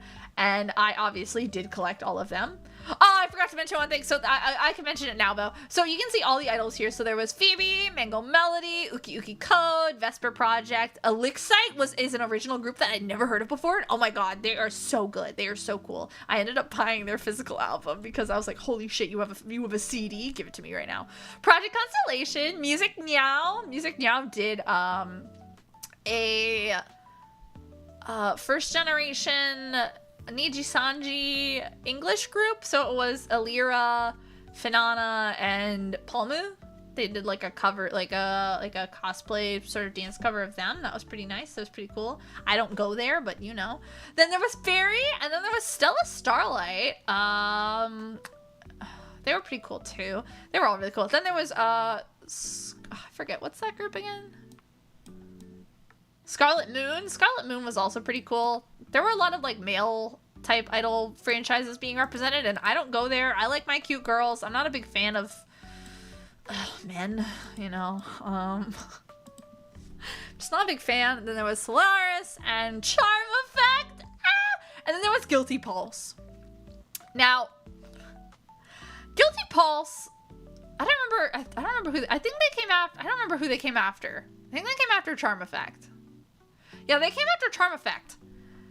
And what happened was, before each performer, there was a little screen that popped up, and it was like, next performer, and then it showed the logo, like it spun the logo in and like played sparkly sounds and whatnot. And so before Charm Effect, it showed like, next performer, Charm Effect. I was like, oh my god, Charm Effect! And then it, after them, was like, next performer, Charm Effect. And I'm like, that's not right, it's Guilty Pulse. Guilty Pulse is next. And so it was like, next performer, plays again, Charm Effect. And we're like, what the fuck? That's not right. Next performer, Charm Effect. It keeps going over and over and over. And everyone's looking at this like, that's not what's happening. So we see Guilty Pulse is like setting up everything on stage right now.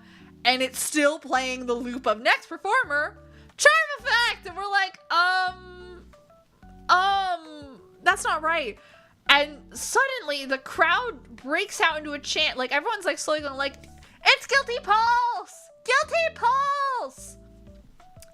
And as it goes, as they're setting up, and as it keeps going, next performer, Charm Effect, the crowd starts going, Guilty Pulse! Guilty Pulse! Guilty Pulse! Until they were ready, and everyone's like, I love you, Guilty Pulse!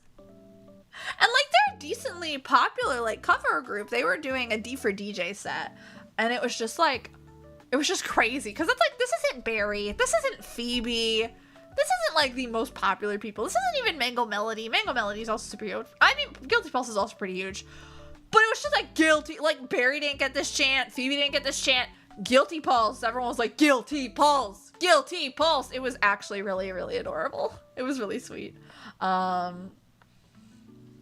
So I was loving it. So I then went around and afterwards for all the Idol meet and greets, got everyone's signature, and I got to meet all of them, and they were awesome, which means I had to go say hello to Charm Effect and try not to pass out. I had to go see Project Constellation, which was awesome, and I got my merch pre-order, and they gave me a little handwritten note because I pre-ordered all of their merch, other than, I think I didn't get one thing, I think. I think that was the only thing I didn't get. And I was like, okay. Just because I didn't want to spend more than I was already spending. They were so sweet and very nice, and I got checkies with them, and they were very cute and sweet, and I love them. But also that meant I got to meet, we went through like all of them except for Phoebe and Barry. We saved for last, me and my friend being one VTuber named Reina Kumori, who was there with me, which was incredible. But yeah, Phoebe was there, and we went to see Phoebe, and she was so sweet. And like, meeting idols is kind of like meeting a Disney princess. They're gonna be nice to you. But Phoebe, the way she talks to people feels so genuine. Like, you can kind of tell when you're being talked to or talked at or something, or like when someone's listening and they're like, oh yeah, like, you can kind of hear that. Phoebe, it felt like you were heard. It was crazy. She is just, I don't know how to describe it. It's like, it's so hard to encapsulate Phoebe. It's like fucking meeting God. It's incredible. And she was so sweet. We got a really cute checkie together, and I looked ugly in all of my checkies because I've been fucking crying. And I was sweaty, and I was tired, and I was just mentally exhausted. But I had a great time, and meeting all the idols was great. It took about 2.5 hours to meet all of them because Phoebe had a long line, and Barry had the longest line that did not go down until the very end. So Barry had a super long line, and I got to meet Barry, and Barry was also very, very sweet. She was awesome. I mean, it's like, how sweet is everyone's favorite idol? Barry sweet. That's her call and response. It's so cute. So that was awesome. But yeah, it was so cool. I had such a great time. And then I went to go get my Idol Fest ribbon.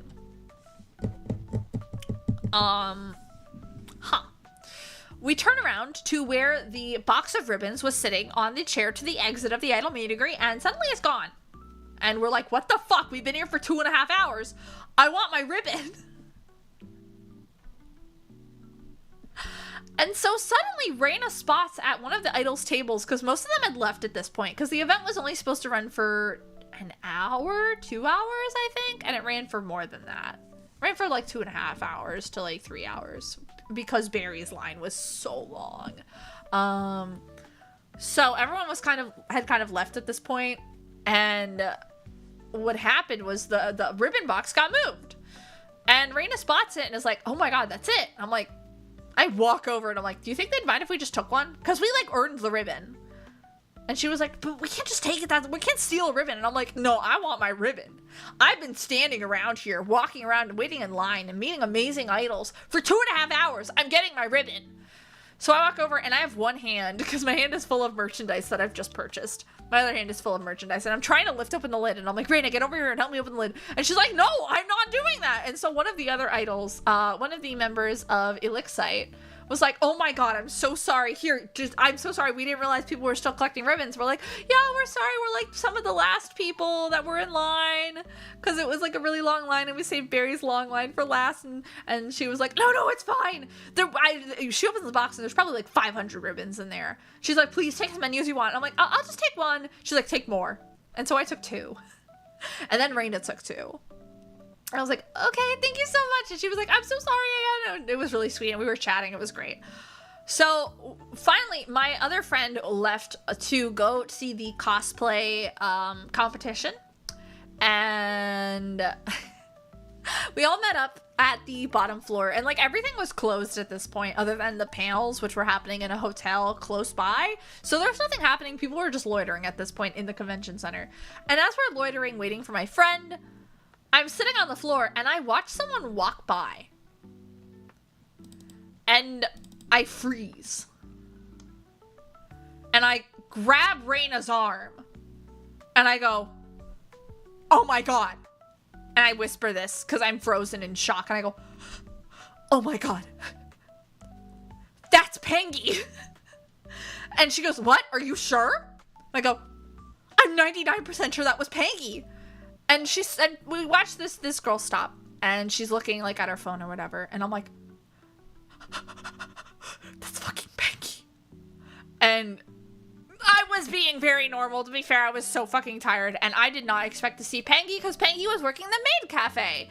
And I was like, I'm not gonna get to see Pengy because I'm not going to the maid cafe again. That's a real shame. And Pengy's VTuber meet and greet was after when I was leaving on Sunday. It was on Sunday at 4 to 5. And I was leaving at 3. So I was like, oh dear God. I had to leave at 2:30 actually. And then to go back to the hotel because again, it was a 20-minute walk. 20 to 30-minute walk, baby. So I was like, oh dear God. I was like, I think that's Pengy. So my friend and my friend finally joins up with us. And I'm like, oh my God. So we walk over. She's like, just walk over, says Reina. And I walk over. And I'm like, excuse me, Pengy? And she turns and she's like, hi, I'm so sorry. I'm like, oh my God, I'm so sorry. I don't mean to like bother you. I just wanted to say hi. I'm like, I love your stuff. You're really cool. And she's like, oh my God, thank you. So, she's really sweet. And we chatted for just a little bit because we were obviously all very tired. It's the end of the day of the convention. And I asked her, I'm like, is it okay if we get a selfie together? She goes, yeah, sure. And I was like, you can say no if you want. She's like, no, it's okay. I'm like, she was in like a comfy hoodie and whatnot. We were all fucking exhausted, clearly. But she's like, I'm just waiting for my friends. I can't find them. Like, I was just in that boat. So I did, in fact, despite Pengy not performing because she was at AWA, and then I was going to miss her meet and greet, I did, in fact, get to meet Pengy, and this is where my face looks so fucking ugly. But look how cute she is. She's so photogenic. Like, oh my God. Oh, Pengy. She was very sweet. But yeah, she was so sweet and so cute. I wish I could have gone to see her in the maid cafe, but like, oh, she intervention. Yeah, right? I was like, oh my God, Pengy. And then the next day, we were walking the exhibit hall. And oh, wait, I forgot to mention one thing. But every idol had like a booth at the idol meet and greet. And at Phoebe's booth, there was this really big guy. Like this really big guy. He looked like a bouncer. And he had aviators on and he was wearing black clothing. And I was like, this guy's fucking intimidating. I'm like, I'm kind of scared. I feel like if I say something wrong, he's going to throw me out of the window. It was really funny and really cool. It was like, oh my God, I was like, was like trying to say Phoebe's table manager, but I was like, Phoebe's bodyguard is crazy. It was really funny. He seemed really, really nice, because when we got up there, he like seemed to have relaxed, and he was just really chill. But I saw him and Pangy walking in the exhibitor hall on Sunday, and I was like, oh my god, that was Pangy again. And I didn't stop to say hi, but I was like, that's Pangy. So it was really cool running into Pangy. I was like, holy shit, it's Pangy. I didn't say like, wow, I met you, blah, blah, blah, blah, at holiday cosplay, because like, we were all in a rush, and I was just like, wow, this is really cool. But yeah, so that was awesome. So I got to see, Bambi, who was Daisy and Rezzo for a short time, and is now Juniper Reed. I got to see Evie, who is my maid at the Maid Cafe, who was not a member of Rezzo, but is a member of Oracle, who is another Florida Idol group. I got to see Pangy, and I got to see V, who was Nikki in Rezzo, and Mimi was not at Holiday Matsuri, but if Mimi was there, this would have been the perfect convention. If I got to see Mimi, I would have died. Because I love Mimi. You guys know me. I love Mimi so much. That's my Kamiyoshi. That's my Kamiyoshi Mimi. I love her. She's just... I've been following Mimi's work for over a decade now, okay? It was 2014. All right, guys? Okay. So anyway, day 2 ends, we go back, and my friend gets the $17 pizza because she's hungry, and we're like, dear God, okay. I was like, so what did you actually get? You didn't get the $17 pizza, and she's like, no, I actually got the $17 pizza, and I was like, oh. It was really funny, and I only bullied her a little bit about it. But, anyway, Sunday rolls around, and it is time for the most important day of the con, and that is meeting Kayosa. I dressed up in what I called the biggest Black Rock Shooter fan fit. I posted it on Twitter as well, but I didn't share this photo because I think it's really funny. I had an Ida bag that had some Kayosa charms on it, as well as my charm, because then we could dangle against each other and constantly battle. But I was in like checkerboard and black clothing and a Black Rock Shooter t-shirt and whatnot, and I was cosplaying the biggest Black Rock Shooter fan, because that's just what I do every single day of my life. Because I am the biggest Black Rock Shooter fan.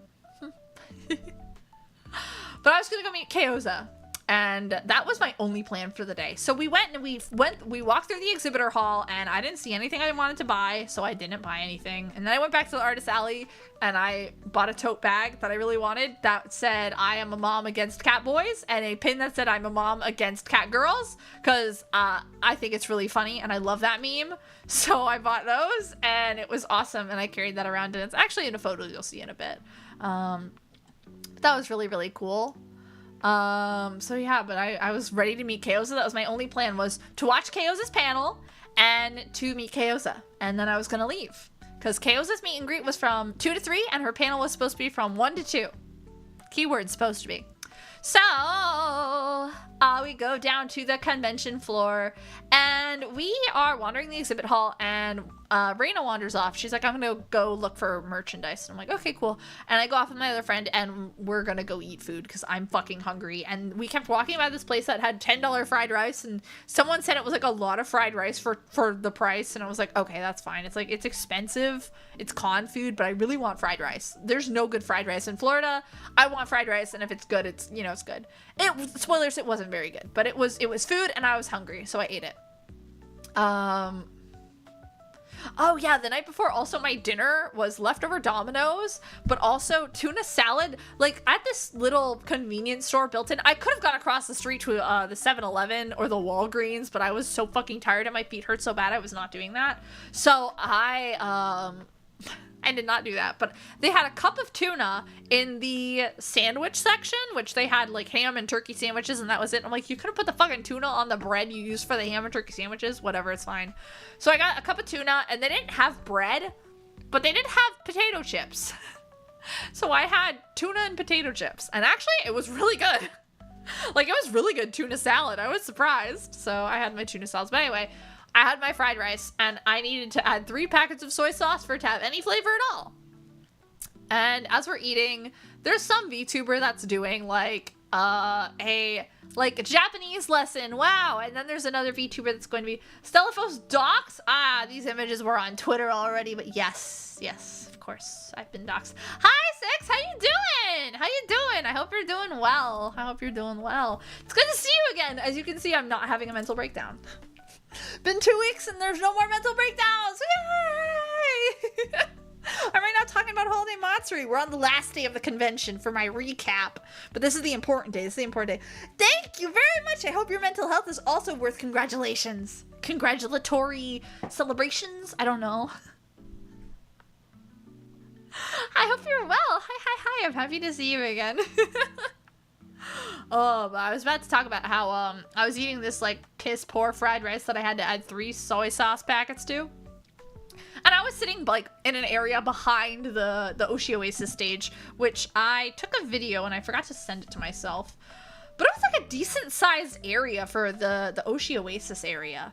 And it was really funny because Kaoza had told me before, hey, they're supposed to be giving away trading cards. Can you grab one for me? Like, can you ask if they'll give you an extra one? And I'm like, yeah, totally. So I go over and ask and they're like, oh yeah, you can just ask. Like, that'll happen when it's ready. And then on Twitter and like social media, Holiday Matsuri posts, Oshi Oasis is finally up and running at 100%. And Chaos had been kind of talking to me behind the scenes about how this event, how Oshi Oasis was not going well. Apparently on day 1, most of the VTuber meet and greets had to be canceled. I don't know what was wrong with Saturday, but on Friday apparently it didn't go well. And then Sunday they were like, oh, it's all up and running great, it's fine. Nah, spoiler alert, it wasn't exactly 100%. But I'm eating my fried rice behind the stage where this huge screen is, and I'm like, ah, yes. I will listen, and at 1 o'clock when Kaoza's panel is to start, I will watch her panel, and then right after is her meet and greet, and I will meet and greet with my good friend, Kaoza. Oh yeah, no, this is a con experience. And suddenly I'm sitting there, and it's like 12:20. Not 12:20, it's like 12:30, 12:40.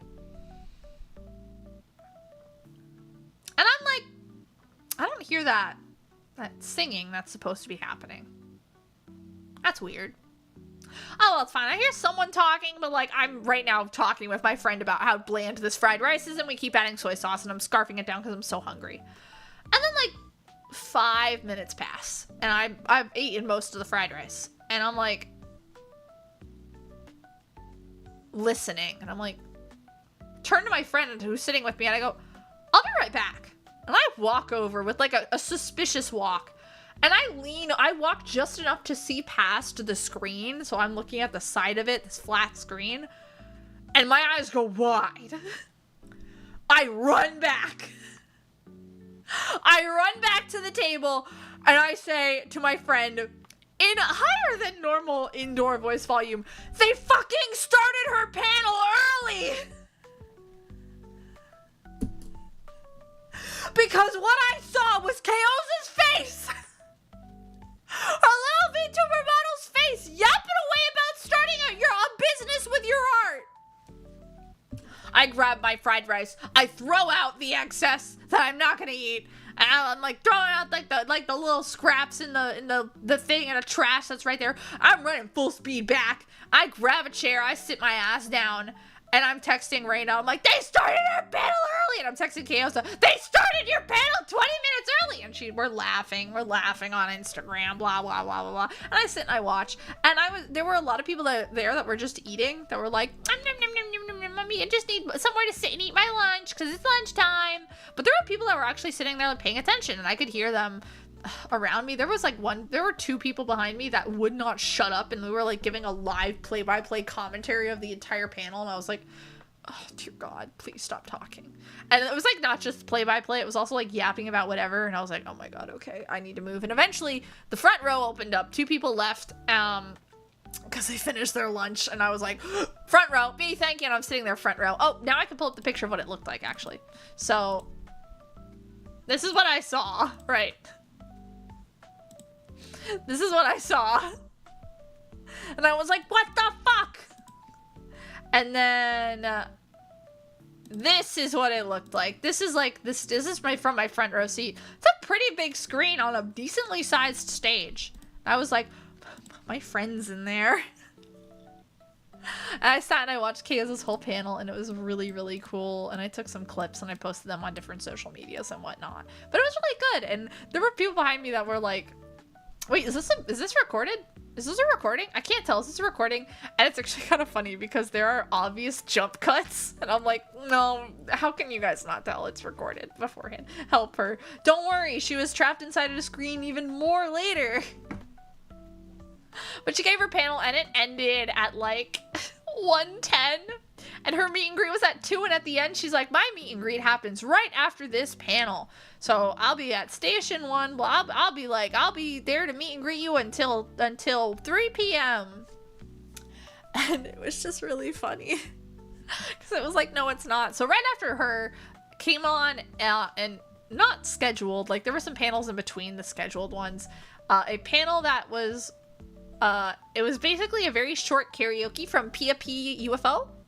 Pia P, she's a pretty popular VTuber, and she did a couple songs and performed those. Again, it was all recorded. And then there was another recorded karaoke style singing performance from also wait, hang on, first I also took these photos. I took these photos as well.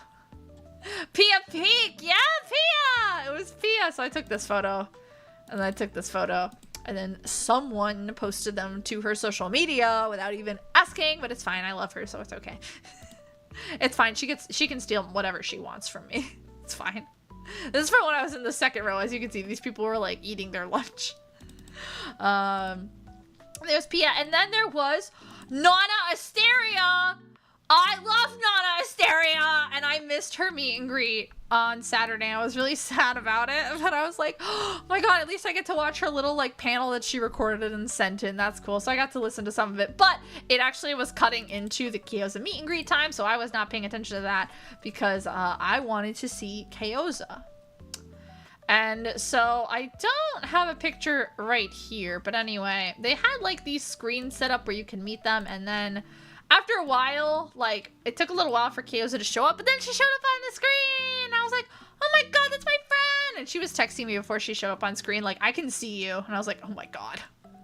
I was like making gestures at the camera. And I was like, can you see this? I say, raising my middle finger. But it was funny. And she could vaguely hear us because the microphone was kind of picking things up. But it took like 5 to 10 minutes for them to figure out all the technical difficulties, because at first Kyoza was coming through in like 5 pixels. In like 5 pixels, and it was like, whoop. My 5-pixel hag. And then she had no audio, like they couldn't hear her. And how the Oshi Oasis worked was you had to put on a pair of headphones with a microphone to talk to the individual, and it was really, really annoying because one, the headphones have to fit over my big ass ears, right? But also they had monitoring on for your own voice so you could hear yourself speak. It was so annoying. But I did get to talk with Kyoza, and I did let her know that everyone was doing half bodies and not full bodies. So there was me. This was me with Miss Ma'am Kyoza. And this, I think that you can see my mom against Catboy's bag with the pin, which I think it's so funny. I think it's so funny. But this photo Reina took, and it looks like I have ears. And she thought it was really cute, but there's me yapping away and talking about our texts and whatnot. It was really cool and really awesome.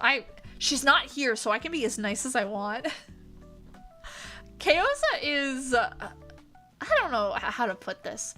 I hated Kyoza for years. We've talked about this on stream before. I hated Kyoza because I always saw her as a threat, and I was like, she takes everything. She doesn't even know what she's buying. She should leave the merch buying to the real BRS fans, right? I was this pretentious fucker that was like, oh my god, I hate this. I hate her. I hate Kyoza. I was pretty passive aggressive about it online. And in private, I was a little more aggressive. And Kyoza, even I thought I was being a little bit delusional. I'm like, she's antagonizing me. She's antagonizing me. It turns out she was antagonizing me because she also hated me. And now we're friends. Yeah, enemies to oomfies. Yeah, oomph. Put some oomph into it. And now we're friends. And it's actually really crazy because it's like, I don't know. It's just really cool that we're buddies and we get to chat now. But this was, I'll show up in her chat and she'll show up in my chat. But we had never, and like we'll text, but we had never spoken face to face or like voice to voice or anything like that before. So this was the first time that we were like meeting, air quotes. And I think that's so funny. I think it's so funny. It just got me good. It made me laugh really, really hard. But it was really great talking with Keoza because it felt like we could talk for hours. Like, they only give you a limited amount of time. And I was in line, and then she was like, you could just come back around, you know? There's not gonna be anyone in line. I was like, okay, I will. But there were people in line. There was like a decent, there was like a good handful of people in line behind me. And I was like, wow, that's crazy. I was so happy for her because she was like, no one's gonna show up. No one's gonna show up. And I was like, I hope people will. I'm sure people will, you know. You look, your model's cute enough. People will show up. And people did. And it was awesome. And apparently some really cool people did. So that's really cool. It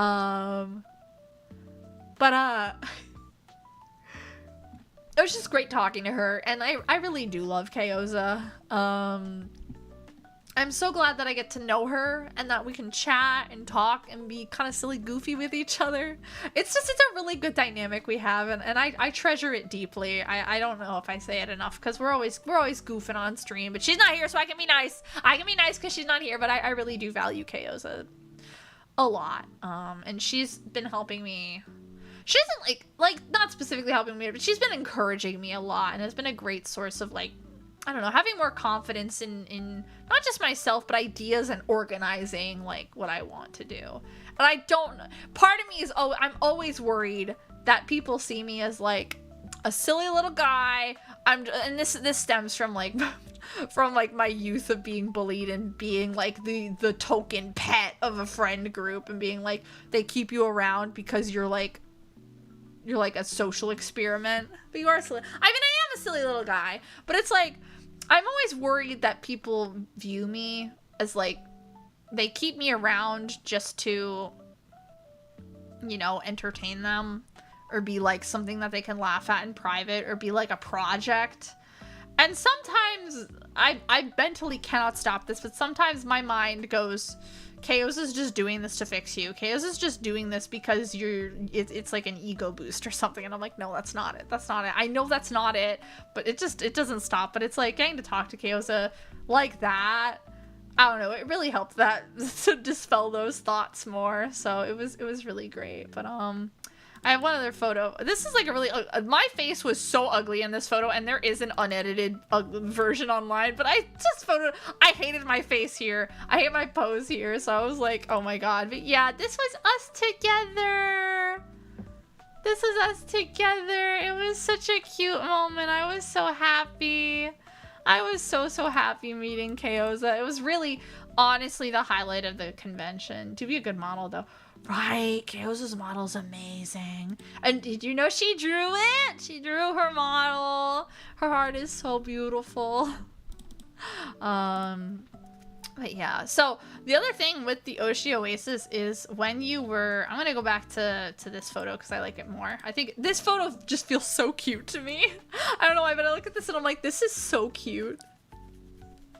But they were giving out trading cards. You drew your model too? Hell yeah, I drew my model too. Yowzas. But they were giving out trading cards for each VTuber that they had printed out.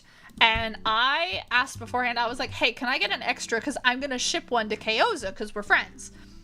And the person was like, yeah, sure. And this is what they looked like, right? Oh, that is a really crusty photo, but like, I'm gonna make it bigger. So this is what they looked like. Or what they look, yeah, this is what they looked like. They're pretty thin, like cardstock. And they're double-sided. The other side says like the Oshi Oasis logo on it. And they're like pretty cool. They're just like a cool little piece of memorabilia to have. And you could purchase these, like if you didn't get to like meet a VTuber, you could purchase like a random pack of 10 and then hopefully you could trade with people. The issue was they didn't have these up and ready until Sunday, which is the last day of the con. The worst performing day, you know? So it's like, okay, all right. It was really funny about that. Average con experience, it really is, but it was so funny. But if you'll notice, Kaosa is not centered on this card. Kaosa is not centered on the card, and it's so funny. But I was like, I would like 2, so I could have one, and then Kaosa can get one. And the attendant at the booth, she was like, okay, yeah, sure.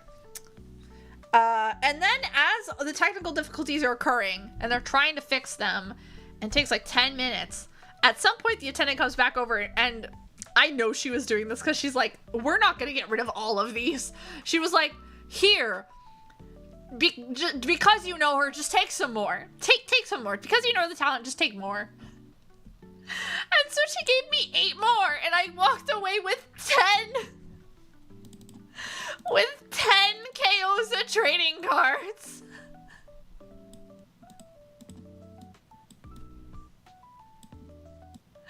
10, count them, 10 of them. And I thought it was so funny. And when the lady handed them to me, I had them in my hand and I was about to put them in my wallet so they'd be safe. And I put a tweet out, and now I can give the context for it. But as I was trying to put them in my wallet, I suddenly dropped them and they spilled everywhere in front of me. And I was like, this is like the fucking meme of the guy where he drops all his shit. And it's like, I hate this person. These aren't mine. It's not what it looks like. And I'm always like, Kaosa, my enemy. I hate Kaosa. But it's just... So I put out a tweet that was like, I hate Kaosa so much. Images of my trip and images of Kaosa all spill out of my pocket. This isn't what it looks like. More images fall out. So I swear. Play a straight Yosa flush in poker. Get my fingers cut off my casino staff. You got any Yosas? Go fish. Still a manufactured card of course scarcity. I really did. But look, okay, there were other people online, which honestly looked like there were some really sweet people, including I didn't know, but I saw this person in line. I did not realize it, but it was one of Mimi's fans. I was like, wait a second, I know you from Mimi's chat. I was like, what the fuck? That's crazy. It was really crazy. I didn't know until later when Kaosa reposted like the meet and greet photo from Twitter. I was like, Heaven Hoshi? I know you from Mimi's chat. It was really funny. Hi Ash, how are you doing? Hope you're well. I hope you're well. But yeah, it was awesome. So I got to meet Kaosa, and then I went back in line because I was like, I still have a couple more minutes. I'm going to say hi to Kaosa again. No one is currently in line. And I was like, hi, I just want to say hi again. And I love you. And she was like, oh my God, you're obsessed. Hello again. Oh my God, hi. And we were yapping more, and we were talking about the technical difficulties. And I was trying to sound vague because they couldn't hear what Kaosa was saying. But they could hear what I was saying. So it was really funny. We were yapping. We were gossiping. It was really fun. I love Kaosa. I hope we can actually chat more in the future. Because she's so sweet. And like, I don't know. I'm just really glad to know her. Our dynamic works really well. I don't know. It's just I don't know. I'm terrible with friendships. I can never make them last because my object permanence is really bad, and I just forget people exist. Like if something isn't in front of me, I don't remember it. Like it's not in the front of my mind, so I just forget so easily. And I'm a very loner individual, so I don't really reach out to people. Unless something reminds me of a person, I'm like, this made me think of you, send something to you, and that rarely happens too, because I'm usually so in my own world. But I don't know, with Kaosa, I don't feel like I have to worry about that. Like with Kaosa, I don't feel like I have to worry about like her feeling neglected or me feeling neglected or something. And I'm like, wow, that's crazy. So it's really cool. I really love Kaosa. She's great. But yeah. Speaking of secret code compressed entirely of BRS quotes. You see, that would happen if she was actually a fan of Black Rock Shooter, but she's not. She's not really a fan. She's a fake fan, you guys. She's a fake fan. I'm telling you that. I'm surprised she knows what she knows, you know? She knows some things, but she doesn't know everything. And what she knows, I'm like, where did you learn that? I wonder where you learned that from. The answer's me. The answer 9 out of 10 is like, oh wow, that's from me. No, it's probably like 8 times out of 10. I'll give her 2 out of 10. But yeah, it was awesome. But then I got home, and Bianca did not shit on me on the way home, and that was great.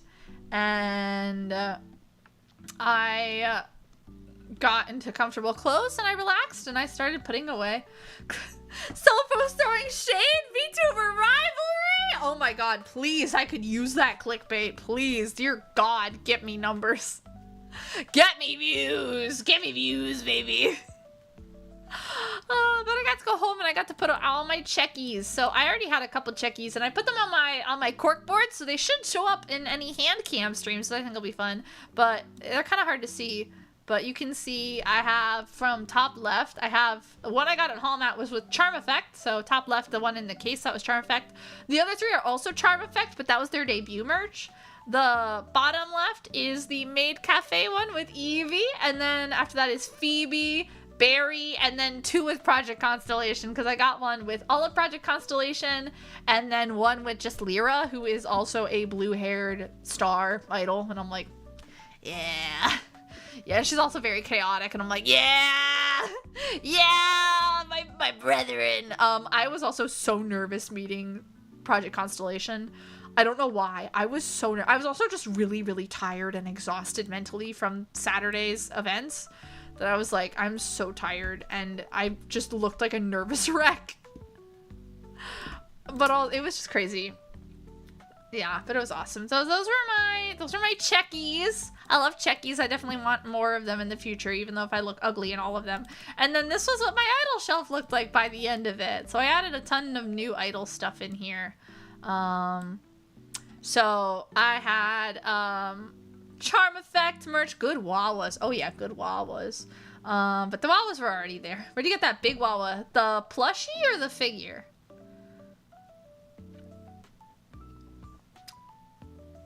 The figure? That's the Pop-Up Parade Takanashi Kiara. I got that from Good Smile Company. I ordered that direct. I pre-ordered that from them. Yeah. That's the Pop-Up Parade. Yes. But yeah, it's a good figure. Yeah. Yeah, exactly. There you go. But yeah, everything on like the right side. So from like the Mimi Lucella in the middle, straight down, like make a straight line from the Kiara all the way to Nikki, who is the blonde and orange one. Everything on the right I already had. That's all stuff I already owned. Everything on the left, oh, and then I'll minus the 3 little Manju balls in the back of the Rezo members. Those I already had as well.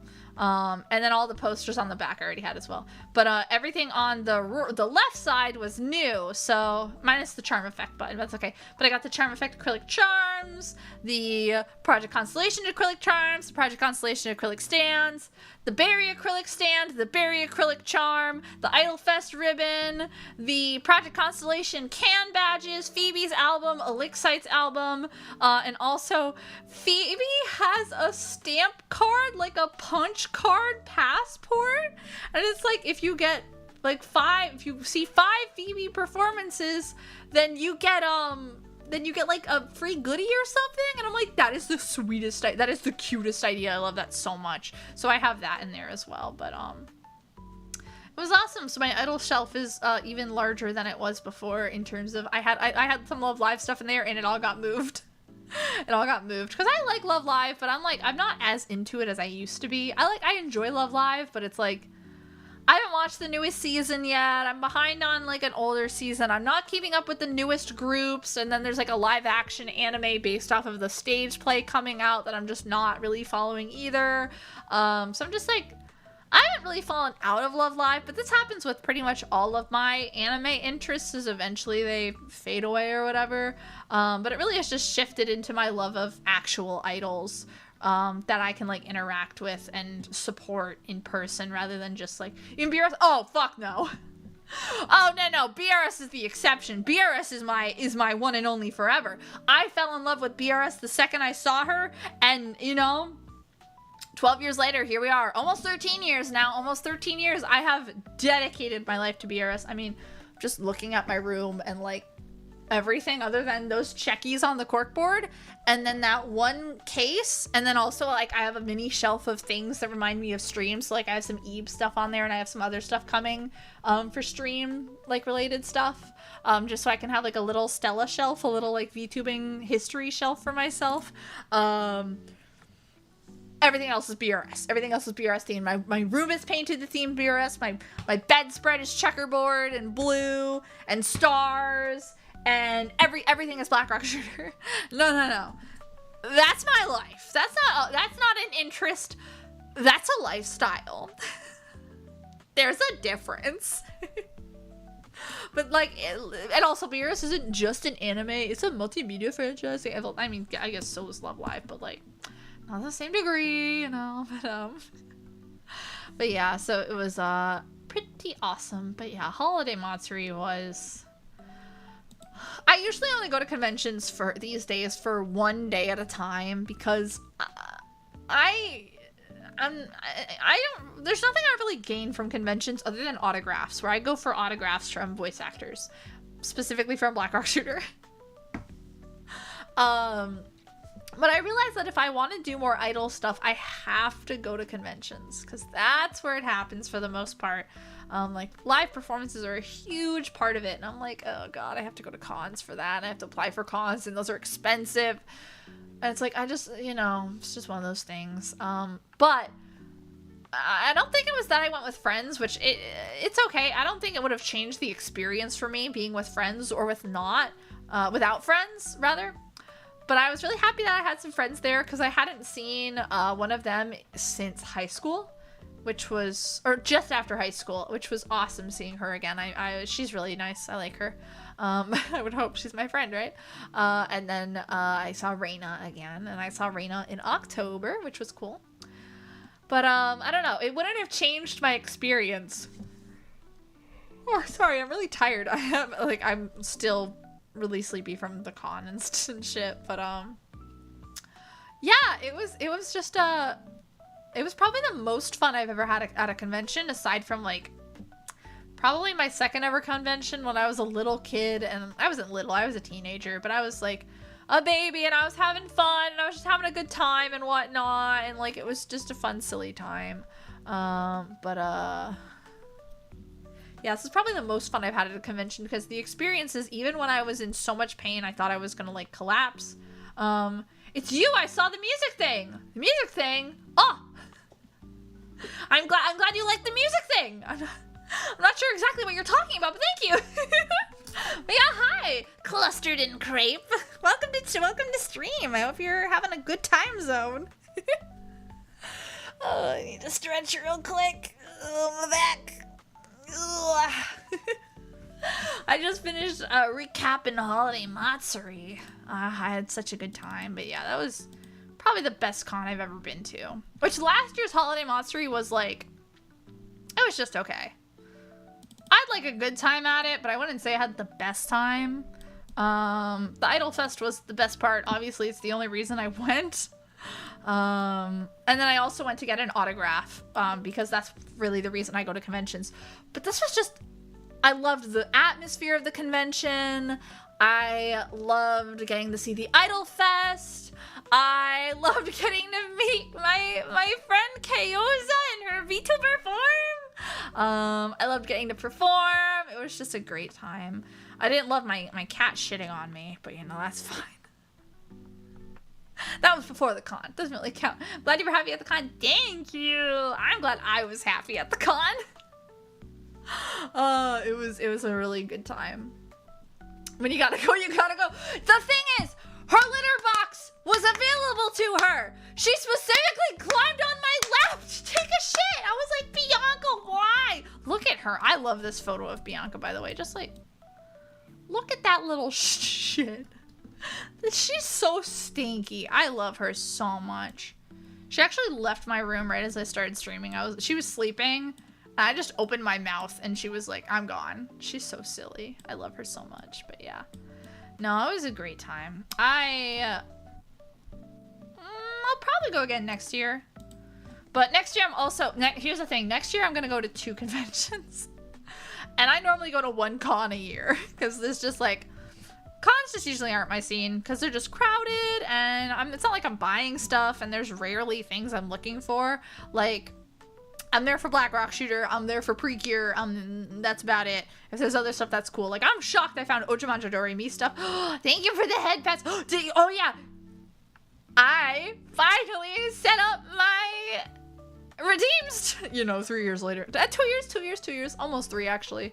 To auto trigger when they're redeemed. I finally have my channel points set up to auto redeem. So, yeah. Which I think is crazy. So that's pretty awesome. Oh, it's so cute. Yeah, I still need to do that. Thank you, VTube Studio, for having it built in now. I'm like, thank you. Thank you so much, VTube Studio. Which VTube Studio's newest update is really cool. Maybe I'll mess with it a little bit. Can we get? You guys are gonna see this. But again, I don't really care that much. Can we get the cat ears behind just 1 layer of my hair? Where are the cat ears anyway? I don't remember where they are. Cat ears, yes. 1. And you line up my head for this, right? There it is. Only pinned layers below item. Pin between layers, and then you can like scooch it backwards. Yo, that's pretty cool. Like that's live to VTube Studio, you've outdone yourself with this one, honestly. VTube Studio. Give me another pink cat ear. No, I want the white cat ears. And then I gotta flip it, which I gotta remember how to flip it. I think I need to do that beforehand, actually. Hang on. White. Cat ear. Select. Flip image. Yeah, there we go. And then we put this one like there. And then we hold it down and we go pin between layers and we go weep. Yay! Oh, that looks really cool, actually. Can I actually scooch them a little bit?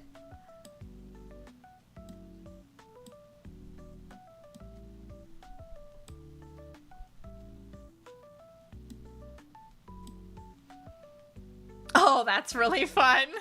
Yo, VTube Studio, that's great. I love that. Yo, that's great. Just keep the 1 ear. No, it's too late. It's too late. Make it a redeem, maybe. Like a little QB redeem. Cat time. You know, like, yeah.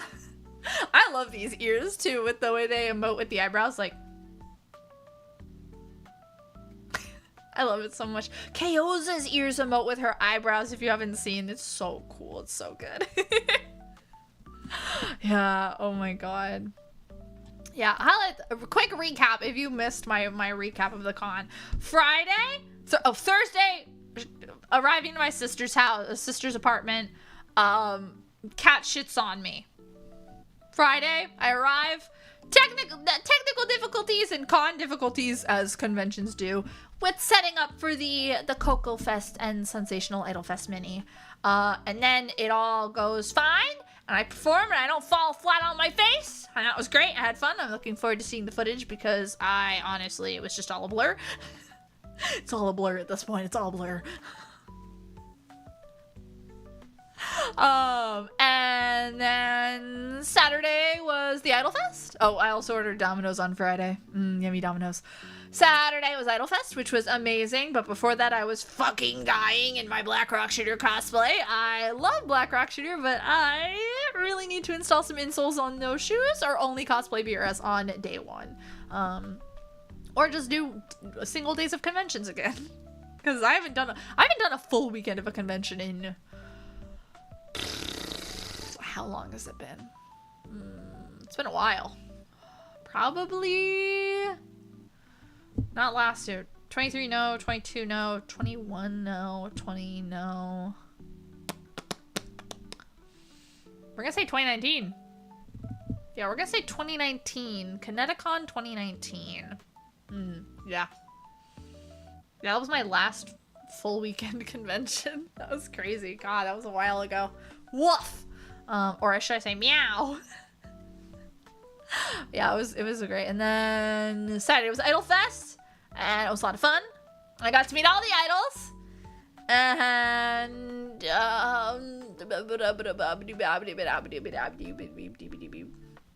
Sunday, Chaos's panel, which they started early.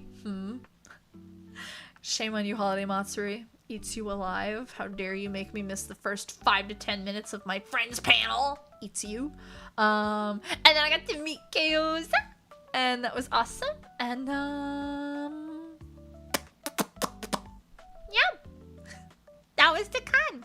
It was great. I had someone, and then I went home. And I still have not unpacked everything. I unpacked some of it, but like, I'm so tired. Well, that's a while. Yeah. The thing was, I was in college starting 2018, and then the world shut down, and then I was in college, and I didn't have time for conventions. And oh wait, no. I did do a full weekend of a convention in 2022. I won't lie, I don't remember any of it. Did I?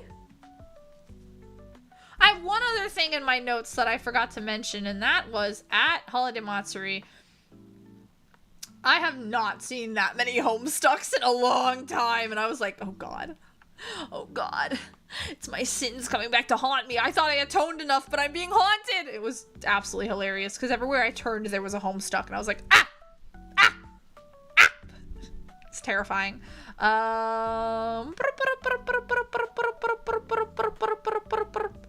Let me see.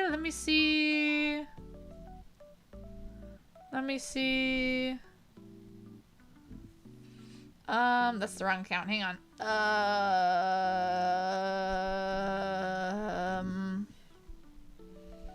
2020. 2022. I did go to Kineticon in 2022, but I don't remember any of it.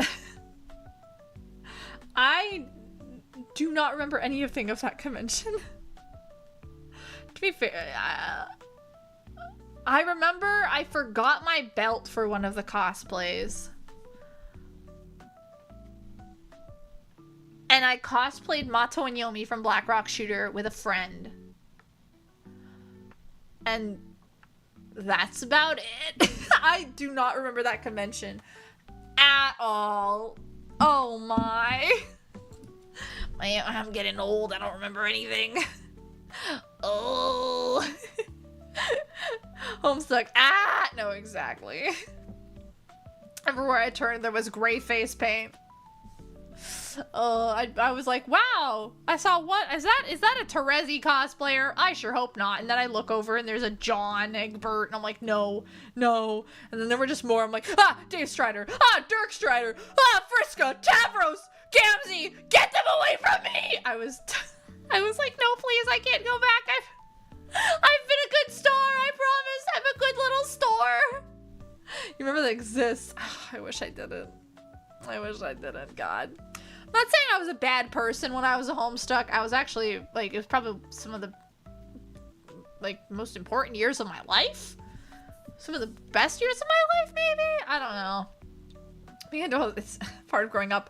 Here's the thing. There are people who don't know what Homestuck is, and I wish I was them. Kaoza doesn't know what Homestuck is, and to be fair, she's a hag. She's old. Of course she doesn't. She's not chronically or terminally online. Really bad Kanai and Rosca. Me and my friend doing really bad Aridin and Gamzee cosplays at our school spring fling. No. Aridin and Gamzee was on the last day of school. At the spring fling, we did Dave and John.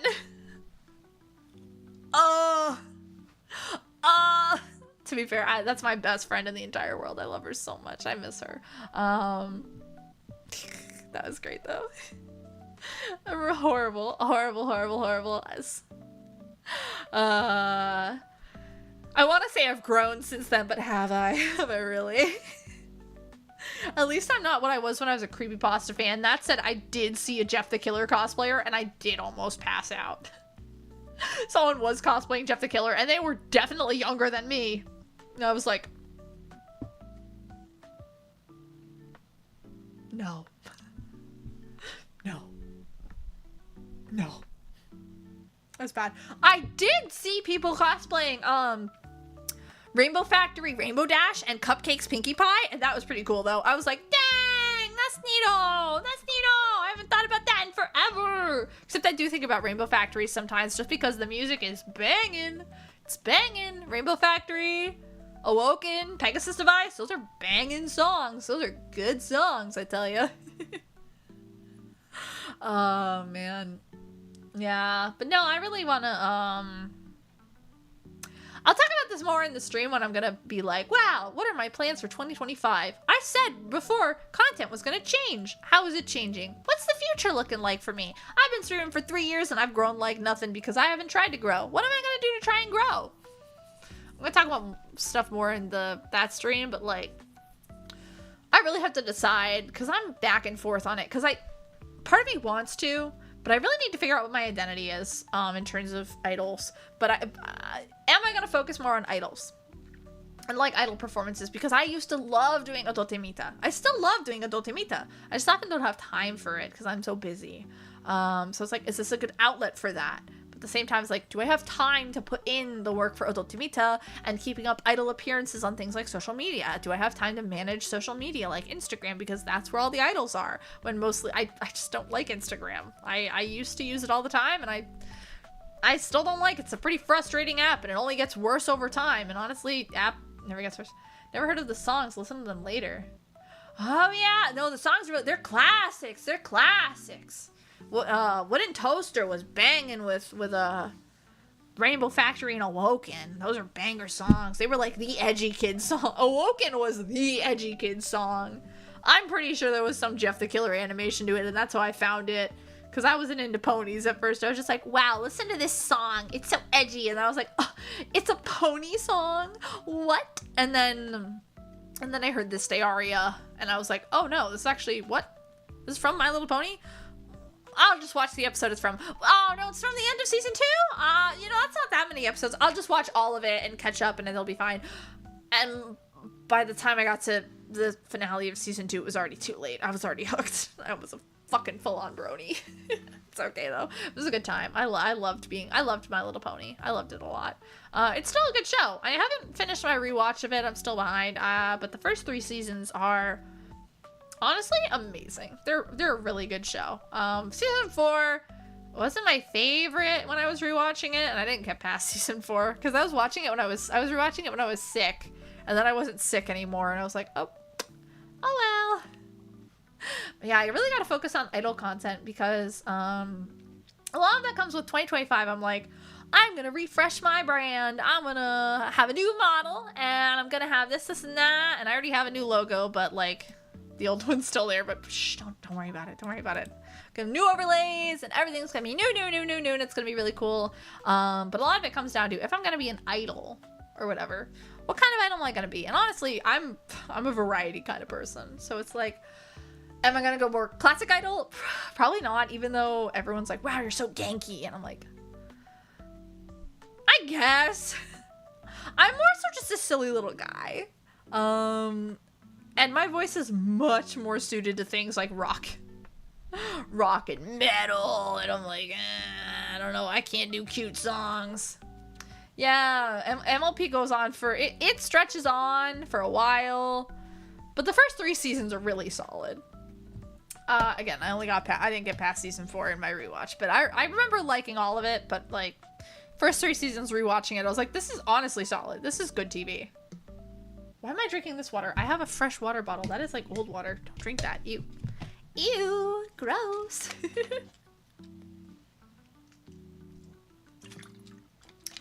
Refreshing. Refreshing. Very refreshing. My electrolyte water. Yummy, yummy, yummy. Get that electrolytes in me, you know? What was I talking about? Oh my god, I do already have two things cooking for next year. I am looking forward to them so much. I'm very excited for these two things. They're both music related. I think I mentioned, did I mention it? I think I mentioned it somewhere. I don't remember. But I have two new music things coming. I'm very excited for it. And I might have a third thing cooking as well. But that's like a maybe. And right now with all the other changes that I have happening behind the scenes that are like still pending and I'm still figuring things out, we'll see. we'll see. It depends on my time and my money and whatnot. But I feel like I think it might not. I'm always concerned because it's something my friend reached out to me about, and I'm like, I do not have like the funds. I do, but at the same time, it's like I really want to save my money because I'm going to Otakon next year, and then when in February Mimi announces the con that she'll or whatever event she's gonna be at, I will be going there and getting plane tickets for that and stuff. So you know, I gotta follow my Kami Oshi everywhere. You know, you guys. It's gonna be her first performance in over a year. I have to. It's Mimi! Oh, bye! Thank you for stopping in. Take care. Have a good time zone. Bye-bye. Bye-bye-bye. Oh, but like I have to follow Mimi, right? I like stalked her down to Florida apparently. So that's the joke. I did not do that. But yeah, I don't know. It's just a good time. Am I forgetting something? I don't remember. What was I talking about otherwise? Right, conventions. And music stuff. So I have another music thing that might be happening that my friend reached out to me about. But I'm like, is this really something you're offering me, or is this like a hypothetical, or like are you looking for me to commission you? And I'm like, I really don't have like the time or whatever to commission you right now, even though you're my friend and I would love to, for like music stuff, and it comes mostly with like my rebrand, and then also I just don't know what my vibe is, right? And so it's like figuring stuff out and whatnot. But I know for certain I want to go for something a little bit. I like the cute, and I think I want to keep the cute, but just something with a little more maturity, a little more edge, because you know, I'm not more mature, right?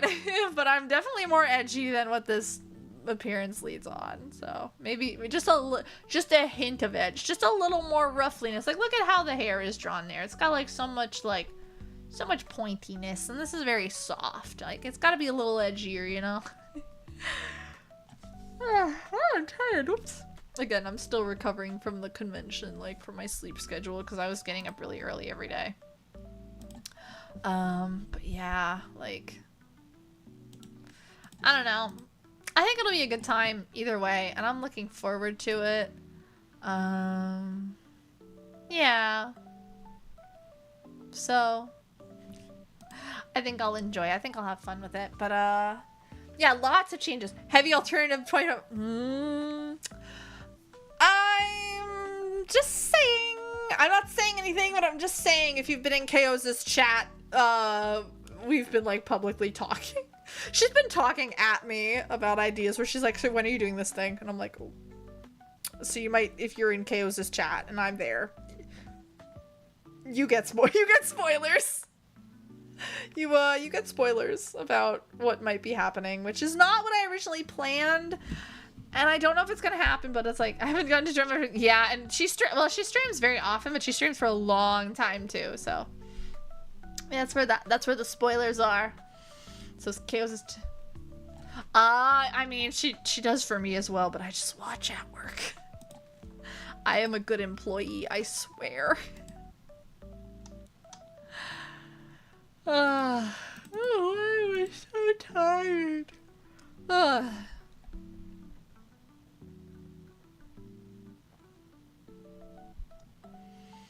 Yeah. I don't know. I'm really looking forward to next year though, because I don't know if I'm gonna get, I want to get everything I want to get done, but I don't know. We'll see.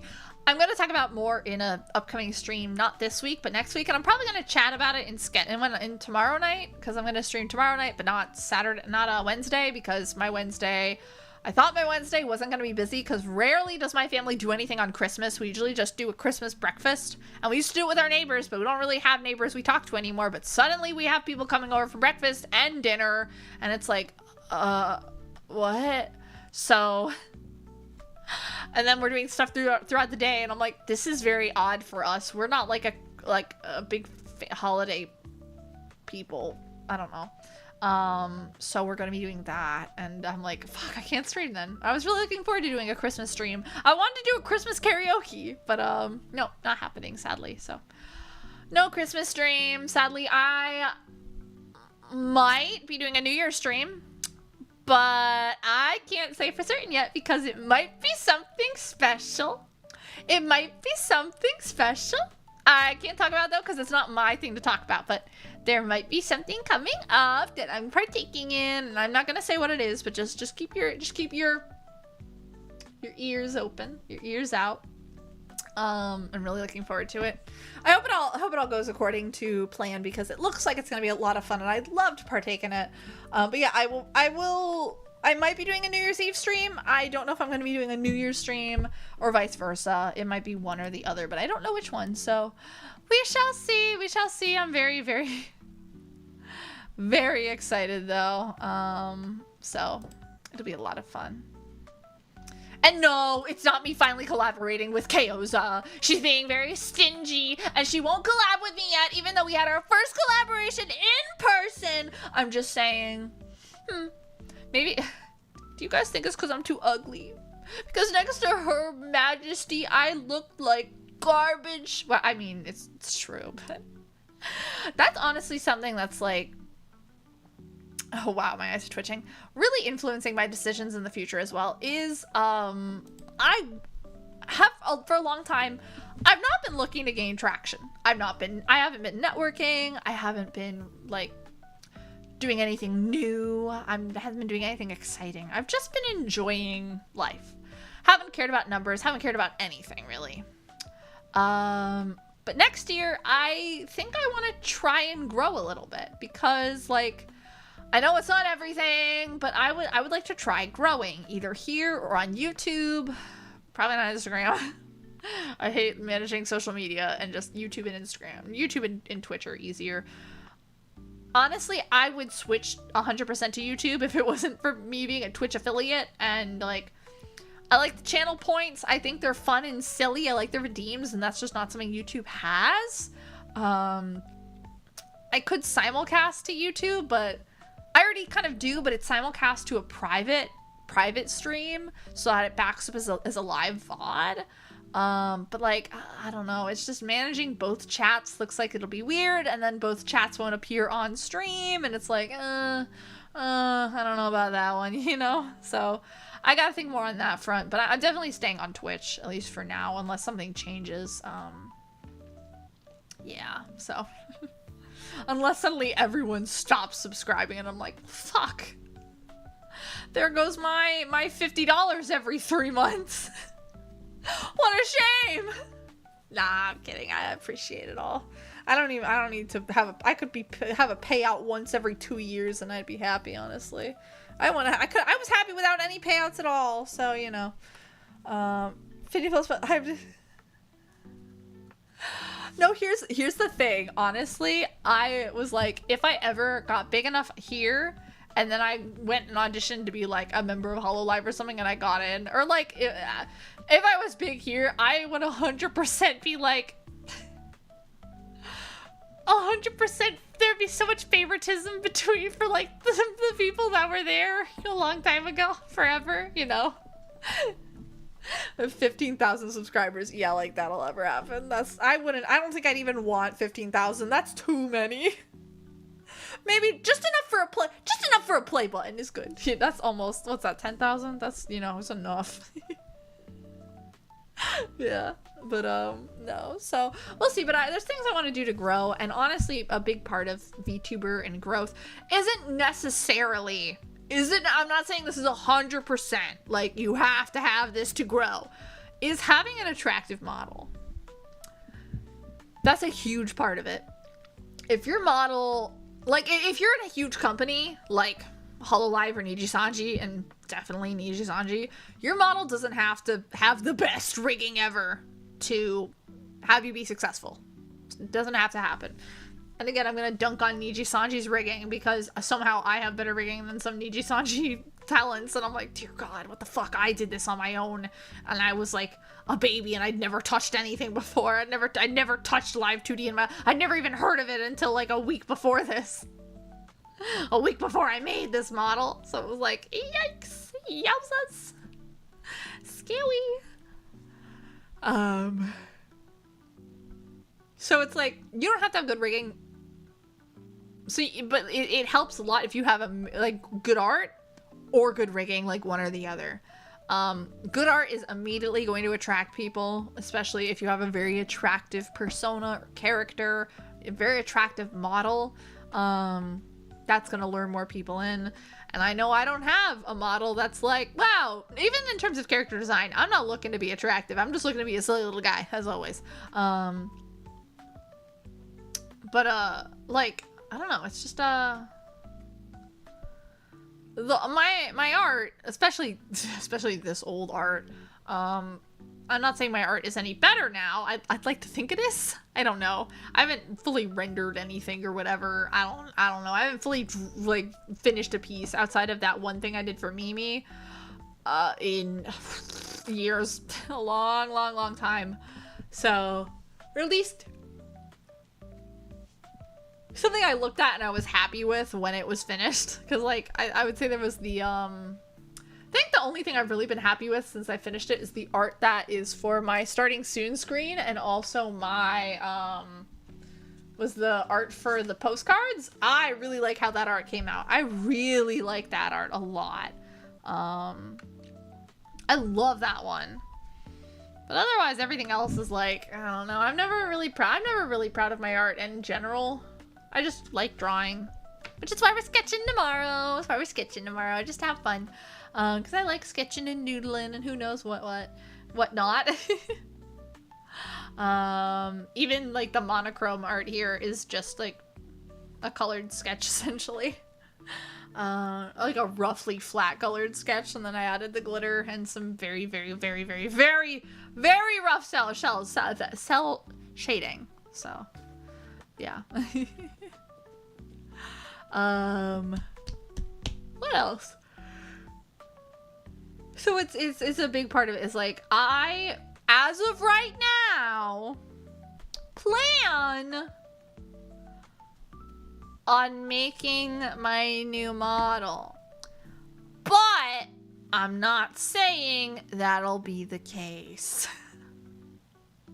Because I like making things on my own. I like being able to look at something and be like, I did that, I learned new skills from this, I put in effort, and I feel good about this. Whereas putting my money in and I get something back that looks cool, that's also really rewarding. But like, I get to look at me and I'd be like, wow, I did that. That's cool. And it makes me feel good. Where it's like, I can look at myself move and be like, whoa, that looks awesome. I'm so happy with where my money went. It's two different kinds of joy, you know? And I just have to decide that. But, who knows? Maybe I'll draw it and I'll rig it. Maybe I'll have someone else draw it and I'll rig it. Or maybe neither of those things or both of those things. Who knows? But right now the plan is to still draw and rig my own model, but that might change. And again, I'm going to talk about that more in the future stream, just because I have been considering it and I'm like, my art, at least in its current state, as far as my skills go and my abilities, is not something that right now I look at and I go, people would want to watch this. So, you know, which I'm shocked that people do. I'm so happy that I've been able to connect with people. Most of them are buddies. I love my buddies for that. I love all my buddies who watch me stream. Those guys are so sweet. I love you guys. But yeah, so it's pretty good. It's pretty cool. So we'll see. It's still, again, still the plan, but it might, plans can change. So we'll see. But yeah, I still definitely want to make my own overlays and whatnot. Someone draw your rigging model. Would you going back to them to new outfit? Yeah, I probably would, because like there is a way with VTube Studio where you can turn off parts of your model and then put like another body underneath it, or like you can just be like, hey, you'd have to communicate between the artist and whatnot to be like, hey, can you send them these files so that they can access this?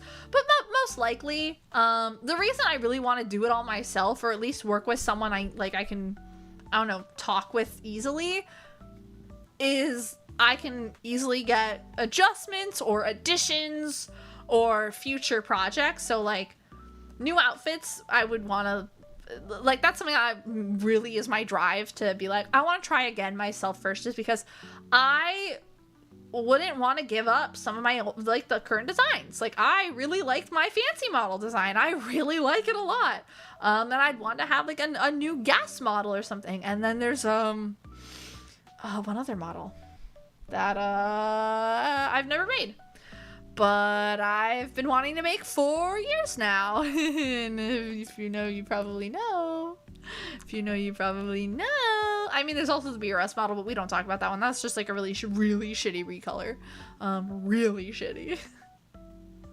But yeah, so like, oh no, we'll see. But yeah, I would probably go back to them. But for designing new outfits, who knows? Maybe I wouldn't go to that person, or I wouldn't do it myself. Who knows? Anyway, another thing from Chaos' chat. That's not really a spoiler, but you know, I'll talk about that more in the other stream, because I want to keep it all condensed to somewhere I can just look back at and be like, okay, what did I say? Did I forget anything? Can I talk about something later on? Blah, blah, blah, blah, blah, blah, blah, you know. I'm upset. On comparable, I'm glad I went through the effort to get my site going rather than the other two options of... Yeah, no, yeah, definitely, yeah. I don't know, because a lot of it comes down to... I'll be able to do... what I want. Maybe it won't be amazing, but I will be able to do my best at getting exactly what I want out of a model, rather than having like a really fancy model that has like super amazing, cool, jiggly eye physics, but I don't actually really like VTuber eye physics at all. So I wouldn't want those, but I don't know. You get it. You get it though, where it's like, it's not just rewarding to do something yourself, but it's also then you get the product you want without having to go through like someone else. So, but that's I totally understand that. Like, and to be honest, the only people I would work with are people I'm close with, just because, one, social anxiety, but also two, then I can communicate easier and I can get these points across, and I don't have to feel like, I don't know, like I don't have to be afraid to communicate with these people and be like, oh, can I have this change or whatever? Especially when a VTuber model, both either art or rigging, can be so expensive. It's like, yikes. But yeah, right now my plan is draw myself and rig myself. And honestly,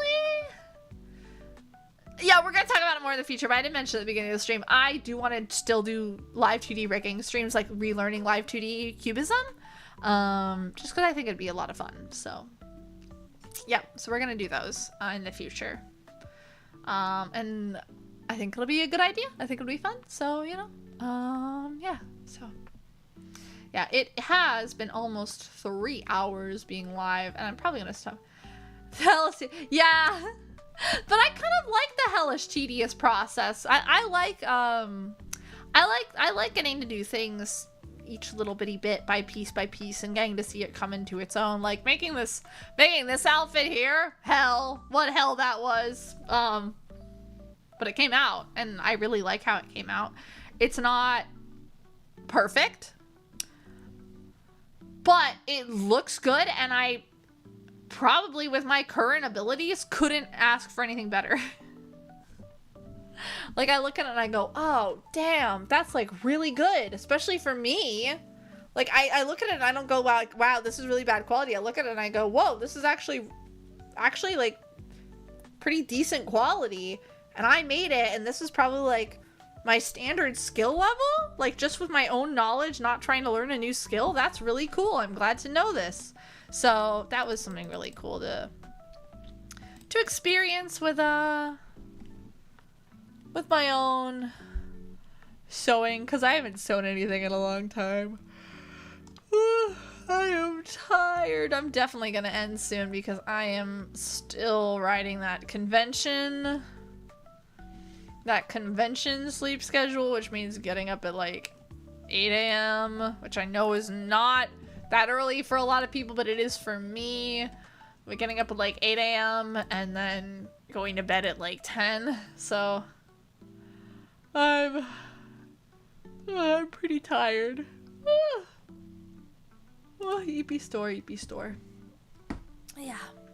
I'm gonna be live again tomorrow, though. We're gonna be sketching, and I think I know what I want to sketch. I want to work on, I want to just doodle some stuff, but also I want to work on just, like, basic outfit ideas, or, like, just seeing, like, practicing some things in art, like drawing hands, and, like, drawing my hair and how I think it should separate and so on and so forth.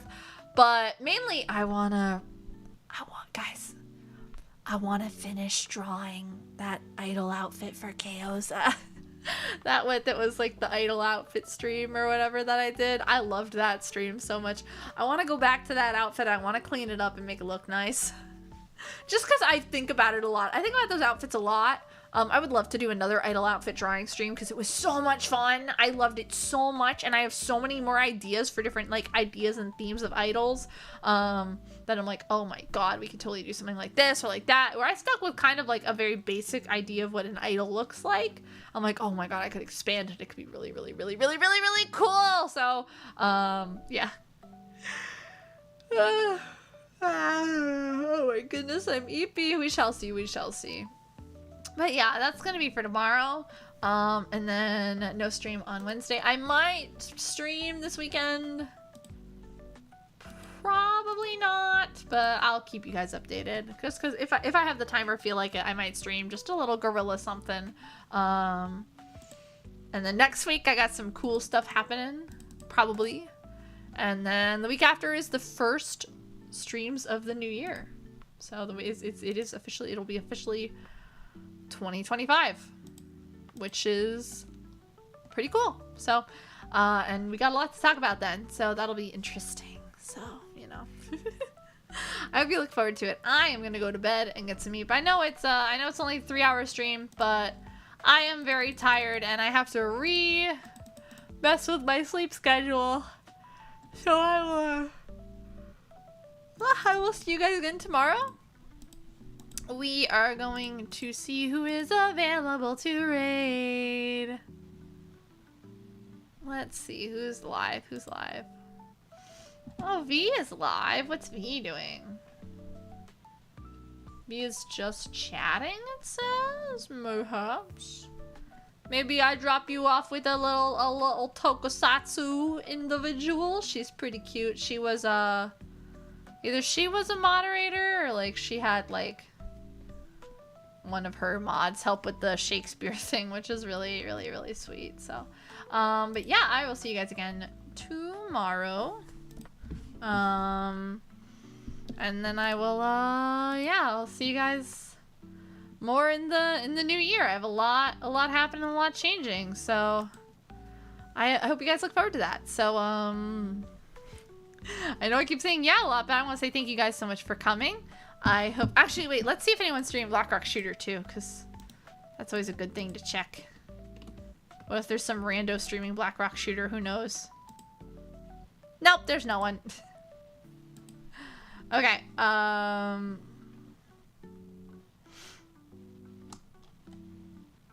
okay.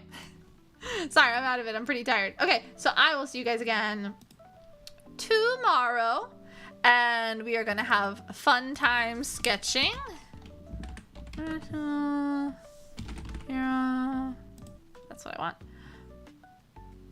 yeah, so I will see you guys again tomorrow, and we're gonna be sketching, blah blah blah blah blah blah, and then there might be some fun stuff coming up. And until then, make sure that I haven't said this in a while, so I'm trying to drag it out. Remember that if you're wishing on stars, you'll wish on me. I totally just fumbled all that. And yeah, I will see you guys again really soon. So take care. I will see you later. Okay. Bye. Bye. Click the button, turn off the music.